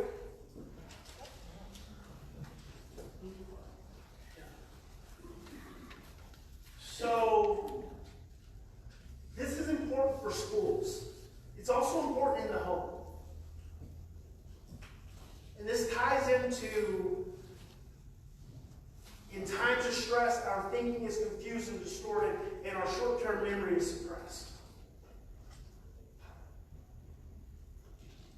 Now think about this. Everything I do is like it's a bottom-up approach. If you are in a state of stress, in a state of distress, you are in a state of survival. So you are surviving. You're in a reactive place when you're in a state of stress, a state of distress. That means you are in your small brain. When you're in a state of distress, when you're stressed out, when you're fidgety and you can't focus, you are in your small brain. You're in your amygdala and your brainstem. In that part of your brain, you cannot learn. You can only survive. So important. When you're in your amygdala and your brainstem, no learning can take place. It is neurologically impossible. When you are stressed out, you cannot learn. Think about that for just a moment. If you are really stressed out, if your child is really stressed out, you cannot learn. You cannot learn. That part of your brain is turned off. You've dropped from your big brain into your small brain. You cannot learn. The first thing that has to happen when you're in that state is we've got to begin turning on your oxytocin. If you are in a state of distress, I've got to begin turning on oxytocin to the degree that I at least get you to look at me. Until you have stopped yelling and throwing desks and breaking things, you cannot learn. So if I keep trying to teach you something, in the midst of that, that means I'm stressed out too. The first thing I've got to do is I've got to calm myself down, and I've got to begin calming you down. And I know when you move up to your hypothalamus, when you start to respond, just by when you make eye contact with me. Just by when your voice goes from yelling to a little bit escalated. When you stop wrecking the desk to standing still and huffing and puffing. Now you're starting to respond. But you're probably going to be in that space for a little bit.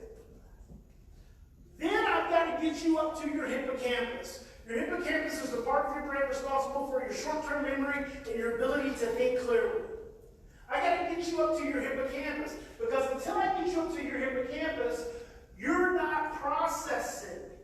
When I get you up to your hippocampus and I get you to start talking about the situation, letting you know how you feel, I get you up to processing. Now you're still not learning yet. You're still not learning yet. We're like halfway. When I get you all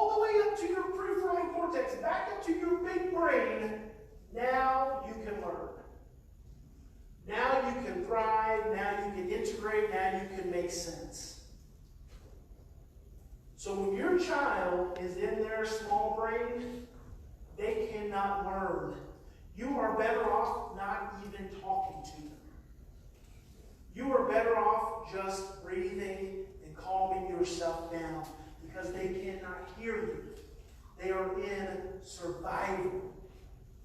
If you want them to learn, you have got to help them get to a higher part of their brain. It becomes very, very important. Now I can do this right now. We're going to go ahead. I know there's little bladders. I'm feeling the energy, feeling the vibration of the bladders. Some tummies that need to be filled. So take a break, and then you're going to have lunch. We'll start back at 1 o'clock.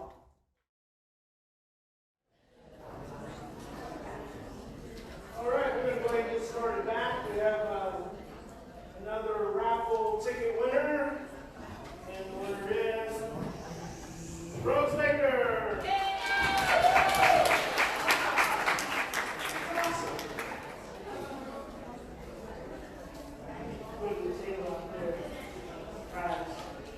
Okay, so I'm going to do some Q&A at some point, not right now, but here in the next couple hours. So if you have, questions, just write them down, because I like doing a little Q&A, doing a little role play, trying to make this as living as possible for you. And I've got a couple core principles I want to go through. We're going to do some videos, show some videos, let you look at some things in action, and then we'll get into some Q&A stuff as well. So the first thing I want to do is I want to talk about the 3 pathways of emotional expression.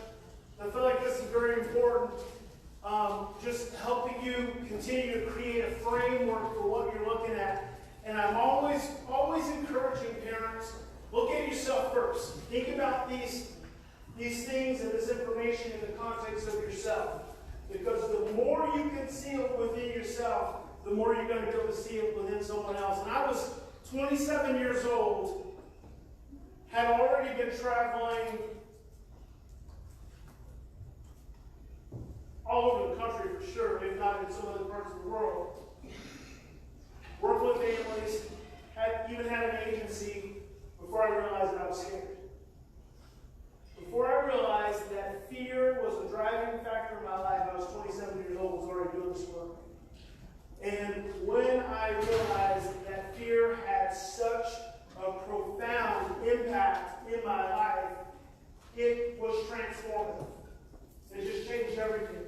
Because I saw my fear, I saw my anxiety, I saw my stress all the way back to when I was a baby.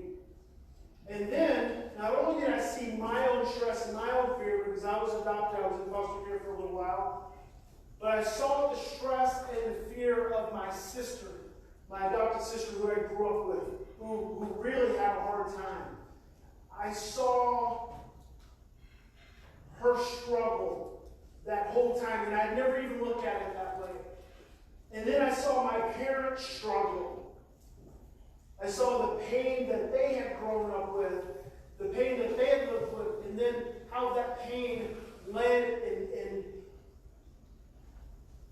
drove them through their parenting of us.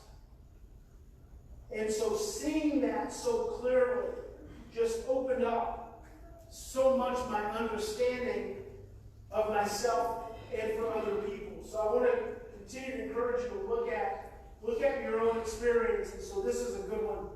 The 3 emotional pathways we all express our emotion. Remember, emotion is energy in motion. We all have 3 major pathways through which we express our emotions. And the reason we express emotions is so that we can transition from one thing to the next. The whole reason we express any level of emotion, any level of energy, is just so we can move. Literally so you can move. Because otherwise the emotion freezes you. It keeps you still. It keeps you frozen. You can't move. So we go through these pathways in order to express so we can transition. A big challenge that a lot of adopted foster children have and a lot of adults who experience trauma is around transition. Transition becomes a scary thing because our energy gets blocked. So we express emotions through three pathways: attitudes, feelings, and behaviors. And think about this as a child. When you were a child, was it okay to roll your eyes at your parents and huff and puff? Absolutely not. Would they tell you, don't roll your eyes at me, I'll knock your eyeballs in the back of your head? As a child, if you can't express your attitudes, if you can't express your emotion, if you can't express your energy through your attitudes get suppressed because that's not okay. You drop the feelings. How many of you as children was it okay to talk back to your parents or cuss your parents out? No, it wasn't okay, right? It makes you scared just thinking that. Feelings, the expression of feelings is the next pathway through which we express our emotion. Remember, the reason we express emotion is to transition. If you ask me to do something, if I'm in the middle of doing something and you ask me to get up and do something else, you have to go through a pathway of transition. Right now, if I say put your ink pens down and stand up, you're going to go through an emotional process to transition from sitting down with your belly's full, wanting to take a little nap, maybe you try to sneak one in already, to having to stand up. You have to go through that pathway.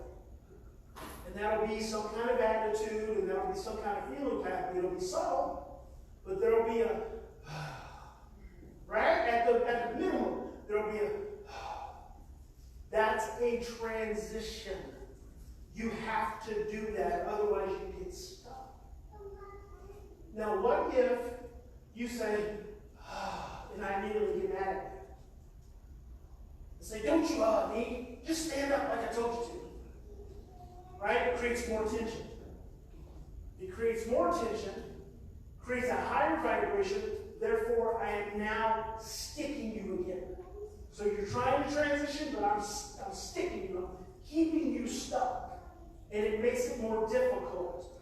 If you can't express through your attitudes and you can't express through your feelings, how many of you was it okay to act out as children? Kick holes in walls, break windows, run away?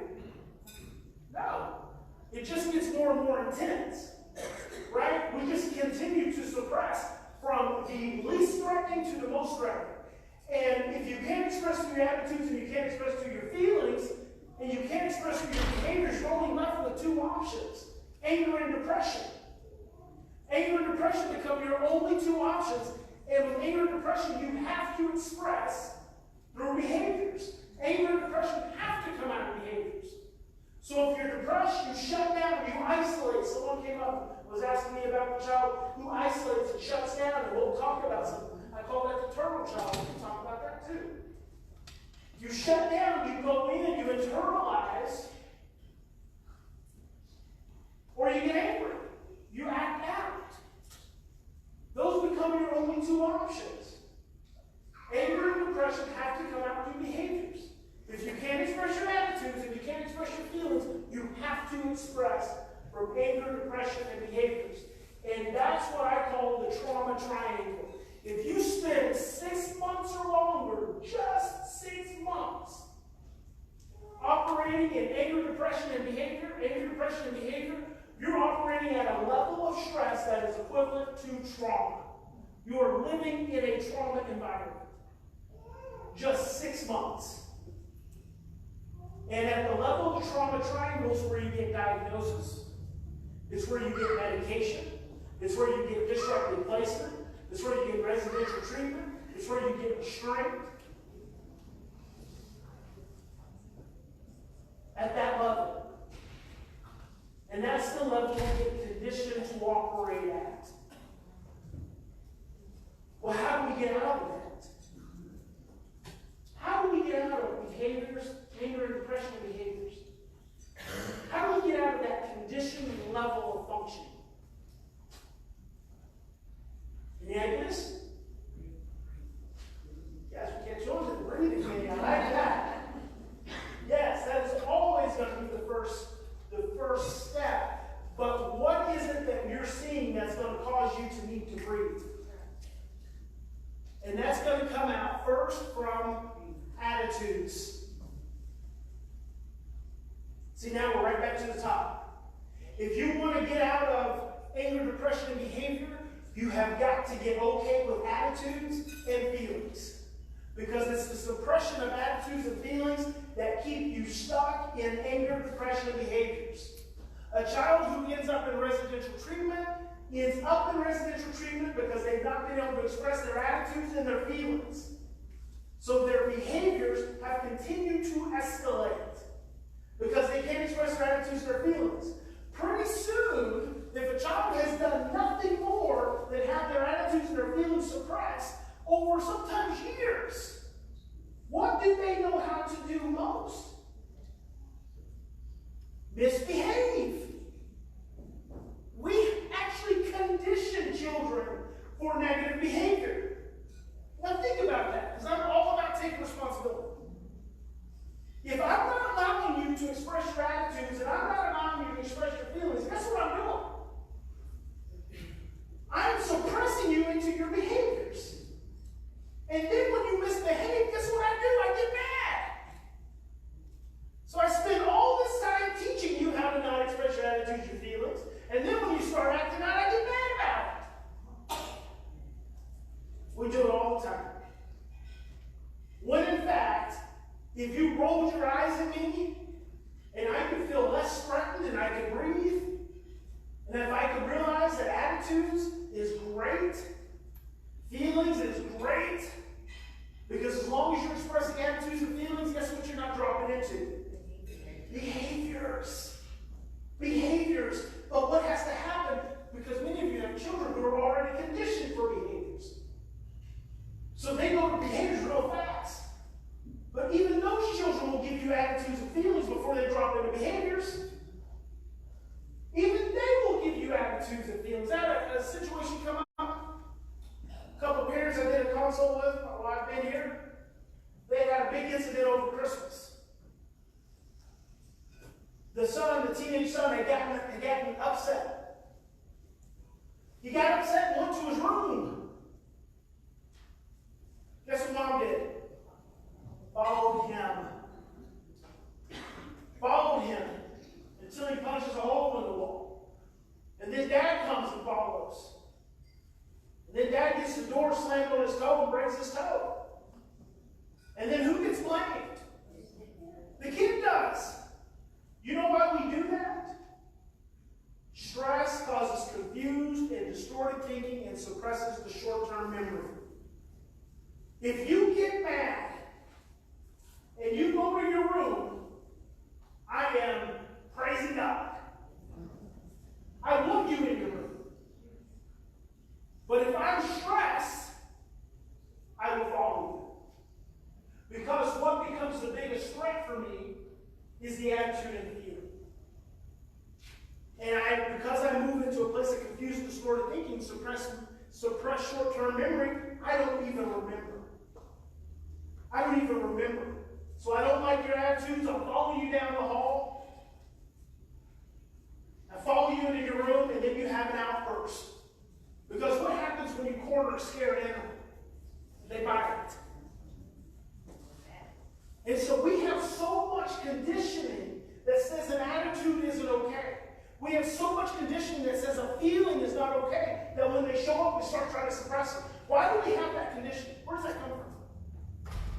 If you roll your eyes at me, what does my conditioning tell me about you?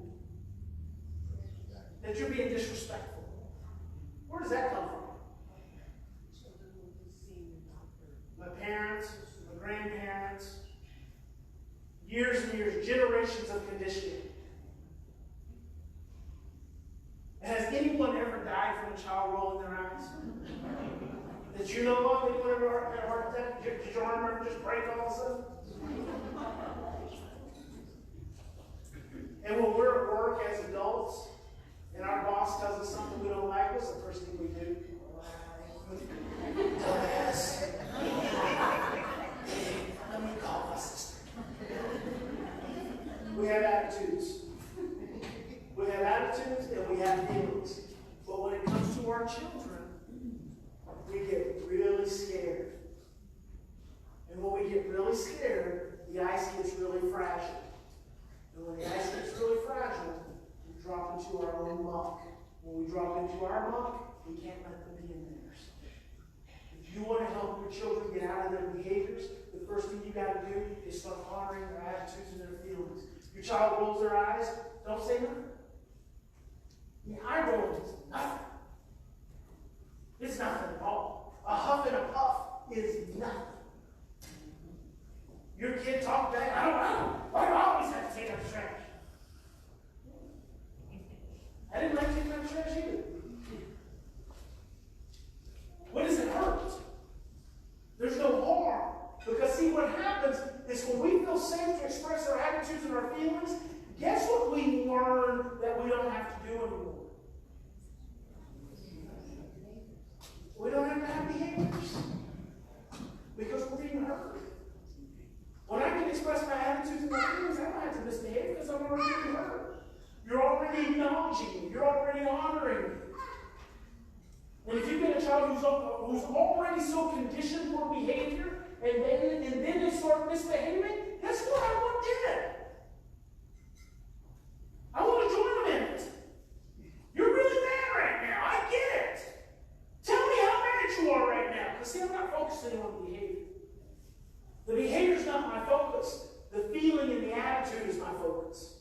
I want the feelings and the attitudes, because if I get the feelings and the attitudes, if I give you a couple of repetitions, when you drop into your muck and you're prone to, you've been conditioned after years and years to want to have these behaviors, if I give you a couple of repetitions in that place where you can be mad at me, where you can cuss me if you have to, and I can make that okay, guess what you don't have to do anymore? Drop into those behaviors. Now, would you rather be cussed out? Or would you rather have this hit? Right? Please don't hit this. Cuss me all you want. Please don't break a window in my house. Cuss me all you want. Please don't key my car. Please don't break my lamps. Please don't put holes in my walls. Cuss me all you want. You guys decide. Or you can bang your head up against the wall and be like, oh, you ain't going to cuss me. My kid ain't going to be disrespecting me in my house. But see how far that gets you. See how many broken windows and holes in the walls that get you.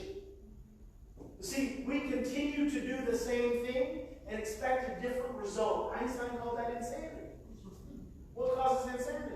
Stress. Stress causes confusing, distorted thinking, and suppresses the short-term memory over and over and over and over again. So the next time your child huffs and puffs and rolls their eyes, what if you just take a deep breath and act like you didn't even hear it? Or what if you just said, I know, honey, it'll be okay. What is it about that, honey, that's stressing you out so much? I know you're watching your favorite show. What do you need, 5 minutes, 10 minutes? What do you need?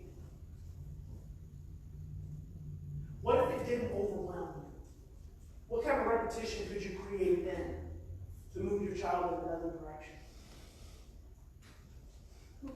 Bruce Lee says, one of the best lessons you can learn in life is to master how to remain calm. To master how to remain calm. When you are mastering how to remain calm, you are mastering your ability not to drop down into your small brain. You're mastering your ability in the presence of stress, in the presence of threat, to keep your oxytocin dialed up. You're mastering your ability to stay in your big brain. That's how you master remaining calm. And we all have an initial invitation for stress. But it's how we respond that makes all the difference. Relationship factor. Relationship factor says we are biologically engineered to be in a relationship, which we are. We are biologically engineered to be in a relationship. Every synapse, every dendrite, every cell in our body is engineered to be in a relationship. And if this is true, then the single most important thing becomes the relationship. Because the relationship allows you the ability to influence. But guess what we focus on in our society? Behaviors. You have relationships, you have behaviors. If you focus on the behavior, you're going to continue to get more behavior. Because focusing on the behavior is focusing on the stress, the byproduct of stress. Focusing on the relationship is is focusing on the process that leads to the behavior. And as long as you're focused on the relationship, you can influence your child. And then when you can influence your child, you no longer have to control. Because the only time we seek to control is when we're stressed out and scared. So we're going to watch a little video clip in a school, and you're going to watch the principal, and then you're going to watch the teacher. And you're going to see a principal who focuses on relationship, and you're going to see the outcome that he gets. And then you're going to watch a teacher who focuses on behavior, and then watch that outcome.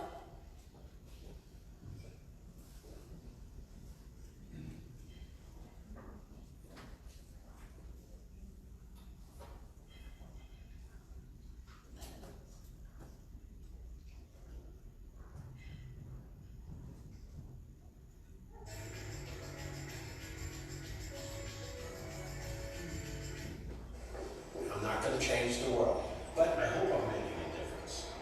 Here's all my early dismissal students across the street. With summer coming, Madison Park's principal, Chuck McAfee, knows that some students find warm weather especially distracting. Sir, what are you doing?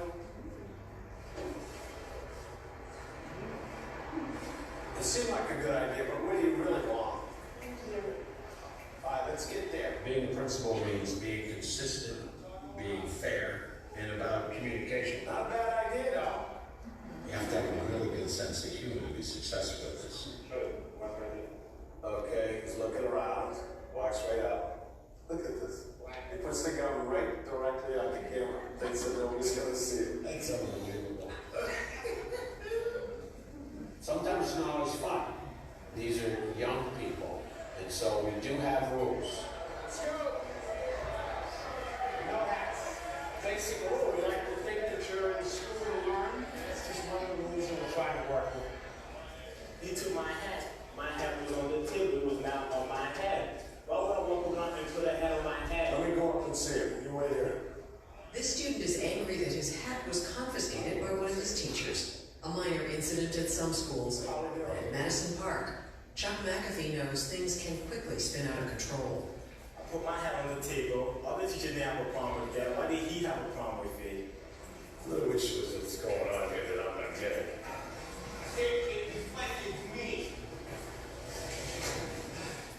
See, I'm trying to figure this out. There's always two sides of the story. I can't imagine my son come down to my office about just his hat from when he wasn't wearing his hat. Yeah. Why did the teacher take off my hat? I don't know. He had his hat. He left his hat in a place it wasn't supposed to be. I took his hat. What's the point? He doesn't really conform at any kind of acceptable level. He caught a real nasty attitude about it. Why want to leave school? Yeah, I know. He can relax about his hat. And get his hat at the end of the school day. Or you said at lunchtime? Well, see, I'm at lunchtime if I'm a nice guy and you don't treat me bad. When you really bad. Yeah, he called me all kinds of names. He was swearing at me everything. Before he was leaving, he called, no, you know me, but before he left here, I was all kinds of, MFAS type of stuff. All right. How are we doing? Come on. Wait. How are we doing? The longer you do this, you get a sixth sense. If I get it right, I'm going to find out the root of the problem. Now, I had that. all right, here's what I want to tell you. How old are you? I'm 18. And see, that's the tough part. When you get 18, you're like grown, and it's hard to deal with you because you're a young adult. If my hat was small enough to fit in my pocket, I would put it in my pocket. And he just wanted to do this to show me that he got power over me. This and That's that. what I thought it was. Obviously, that's what I got. All right. I was trying to figure out what was this about. It's not about the hat. You feel like you didn't get that much respect. All right, come on. I want to try to keep you in school, so I got the point. The teacher got the point. You got the point. You have to straighten this out with your teacher. Hold on. We're not finished. You don't walk away. Don't go home over your hat. Hold on. I just know from experience. So there's something really kind of magical that's going on right in this little exchange. And it's really the whole communication between the student and the principal. Let's see if I can back it up just a little bit. Okay, right here. So So the principal says, okay, we'll work this out, let's figure out how to get your hat back, but you gotta talk to your teacher. Kid gets stressed, I'm going home. The principal doesn't say, you can't leave. He doesn't say that. He doesn't immediately go into control. And because he doesn't immediately go into control, the kid who's already on edge doesn't feel more threatened. Are you following me on that? Because the kid's already on edge. Watch how the principal handles it. When the kid says, I'm going home, watch the body language. Watch the tone of voice, because it all matters. It all matters. Oh, yo, come on, man. Don't go home over your hat. You see that? He completely turned away from the kid. He's not even looking at him. You can't get less threatening than that. Don't go home over your head. He's doing something else. He's that not threatened. The principal is not threatened by the child's statement, I'm going home. So he's just cool. He's just like, don't go home over your hat. Hang on a minute, man. Wait a minute, man. We're figuring this out. We don't have to be that serious. Hang on a minute. Now watch this. He pulls the kid in so much that he almost runs over him. Hold on. I just know from experience, sometimes these little things can turn into bigger things if you don't do the right thing. You see how unthreatened the kid is? The kid's not running off. The principal has him completely pulled in.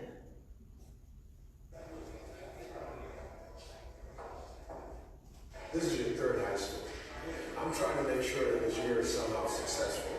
Because you're going to get an education. All right, let me bring you over here. Let me go get your hat. Principal McAfee convinces this angry student to sit down with the teacher who took away his hat and try to work it out. Hi, this is Mr. Wilkins. I want these two people to communicate and solve their problem. Anything to say? Yeah. How come you only decide to take my hat, comment on her hat on the table, and then rather than that, you call. The teacher says anything to say. Well, first he says, have a seat. Kid sits down. Anything to say? What did the student say? He said, why'd you take my hat? I had the hat sitting on the table. Carmen had her hat sitting on the table too. Right? Is that fair? Is that a fair question? Okay. Let's listen to what the teacher says in response. Will, put the hat in the locker. I don't like that tone. I don't like that tone. That's not what we're gonna do. Did you hear that? He didn't answer the question. He said, I don't like that tone. What is he focused on? He's focused on behaviors. He's focused on behavior. He's not even focused on the rule. Because the rule, the student said, is to put the hat on the table. Because Carmen had her hat on the table too. So at this point, who's the more stressed out of the two? No, that's not the tone you're gonna get because you're not following the rules. If the hat is sitting, I'm gonna tell you where I come from, adult, no adult. If you're gonna treat somebody like that, how you expect me to talk to you? Okay, Wilkins, here's the deal. Here's the deal. The rule is no hats. If I line up the rule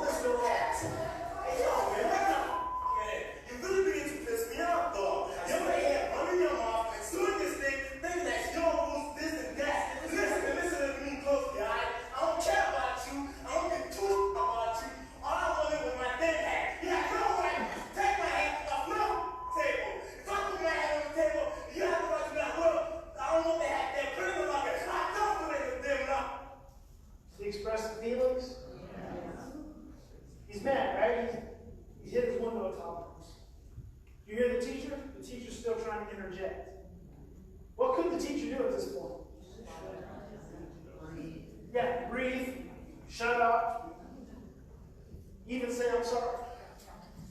You're right. You're right. But we can't apologize if we are trying to defend ourselves. Because apologizing requires you to be in your big brain. Right now, the teacher's in his small brain. He's in survival.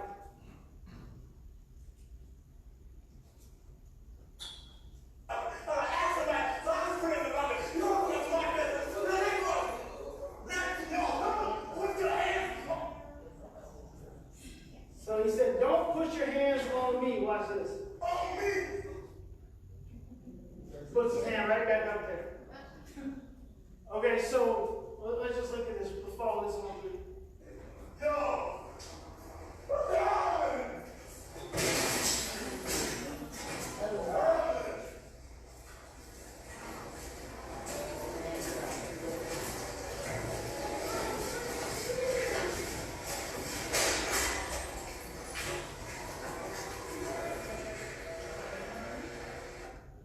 Now let me ask you a question. When the kid's yelling, screaming, telling the teacher, I don't give two shits about you. You shouldn't take my hat off my table. If I got my hat on the table, just say like, yo, Will, put your hat in the locker. The kid is still trying to be logical. Did you hear that? He's still trying to be logical. At this point, the window's not going to get broken out. At this point, he's still logical enough that he's operating within a window of tolerance. You know what point assures the window's going to get broken out? When the aide comes in and tries to calm him down. When the aide comes in and tries to calm him down, that puts him over the edge. That's when the window gets busted out. Right? So what could we have done? What could we have done differently as the adults in this kid's life? Not interrupt, okay. The principal should have mediated and stayed because he was the regulated one. So that's really, the principal messed up. He knew his teacher was not calm. He knew his teacher was stressed out. So he messed up. And that's important because I want you to hear what the principal says.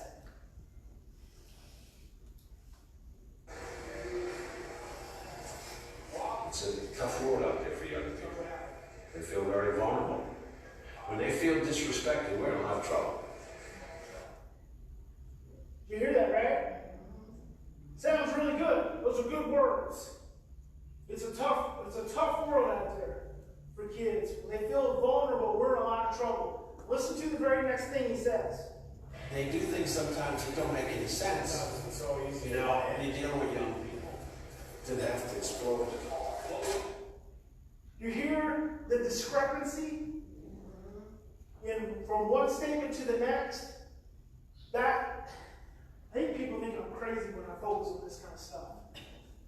But it's that discrepancy is what led to him not being in the office with that teacher and that kid.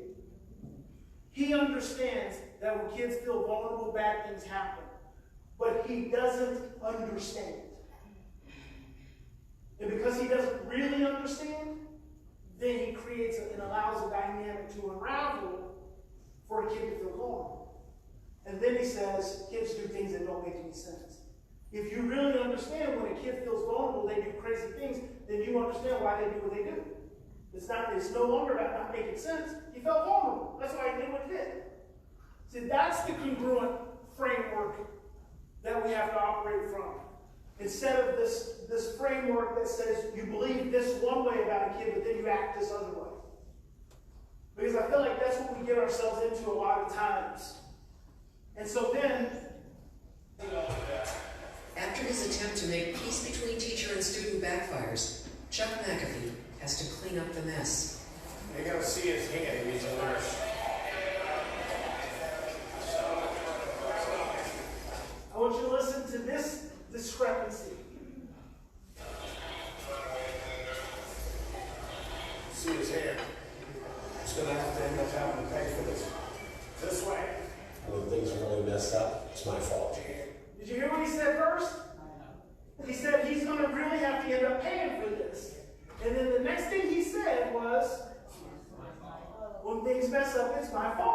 You hear the discrepancy? Yeah, the buck stops here. Okay. What happened? I'm trying to talk to him, he refused to let me talk. And then he get me aggravated because he's talking to me like I'm a first grader. And so now I got you're aggravated. So then you turn around, get mad, and punch the window? Yeah. He makes it seem like I'm stupid. Okay. Listen, mom can't figure out English. I got 5 little brothers. And my mom worked at 2 jobs and she came out to pay the rent. Then we'll probably talk about some kind of institution. We'll find a way. All right? Okay. Who ends up getting blamed? Yeah. Who's got to pay for the window? The kid. No one's learning anything. The kid even says thank you. And he was set up by adults. At some point, we have to really take responsibility. And if the buck stops here, then when that note goes down the way it went down, I owe you an apology. I owe you an apology. And I owe my teacher an apology. I'm sorry, guys, I didn't get it. I thought we were in a little better place. I'm sorry we weren't. I missed it. Now we got a busted window. Now we've all 3 got to figure out how to get this window repaired. Saturday, we're going to get us some Girl Scout cookies. We're going to go down to Walmart. We're going to sit there and we're going to sell these Girl Scout cookies till we make enough money for this window, and then we're going to go put this window back in. That's responsibility. That's teaching, and that's also building relationships.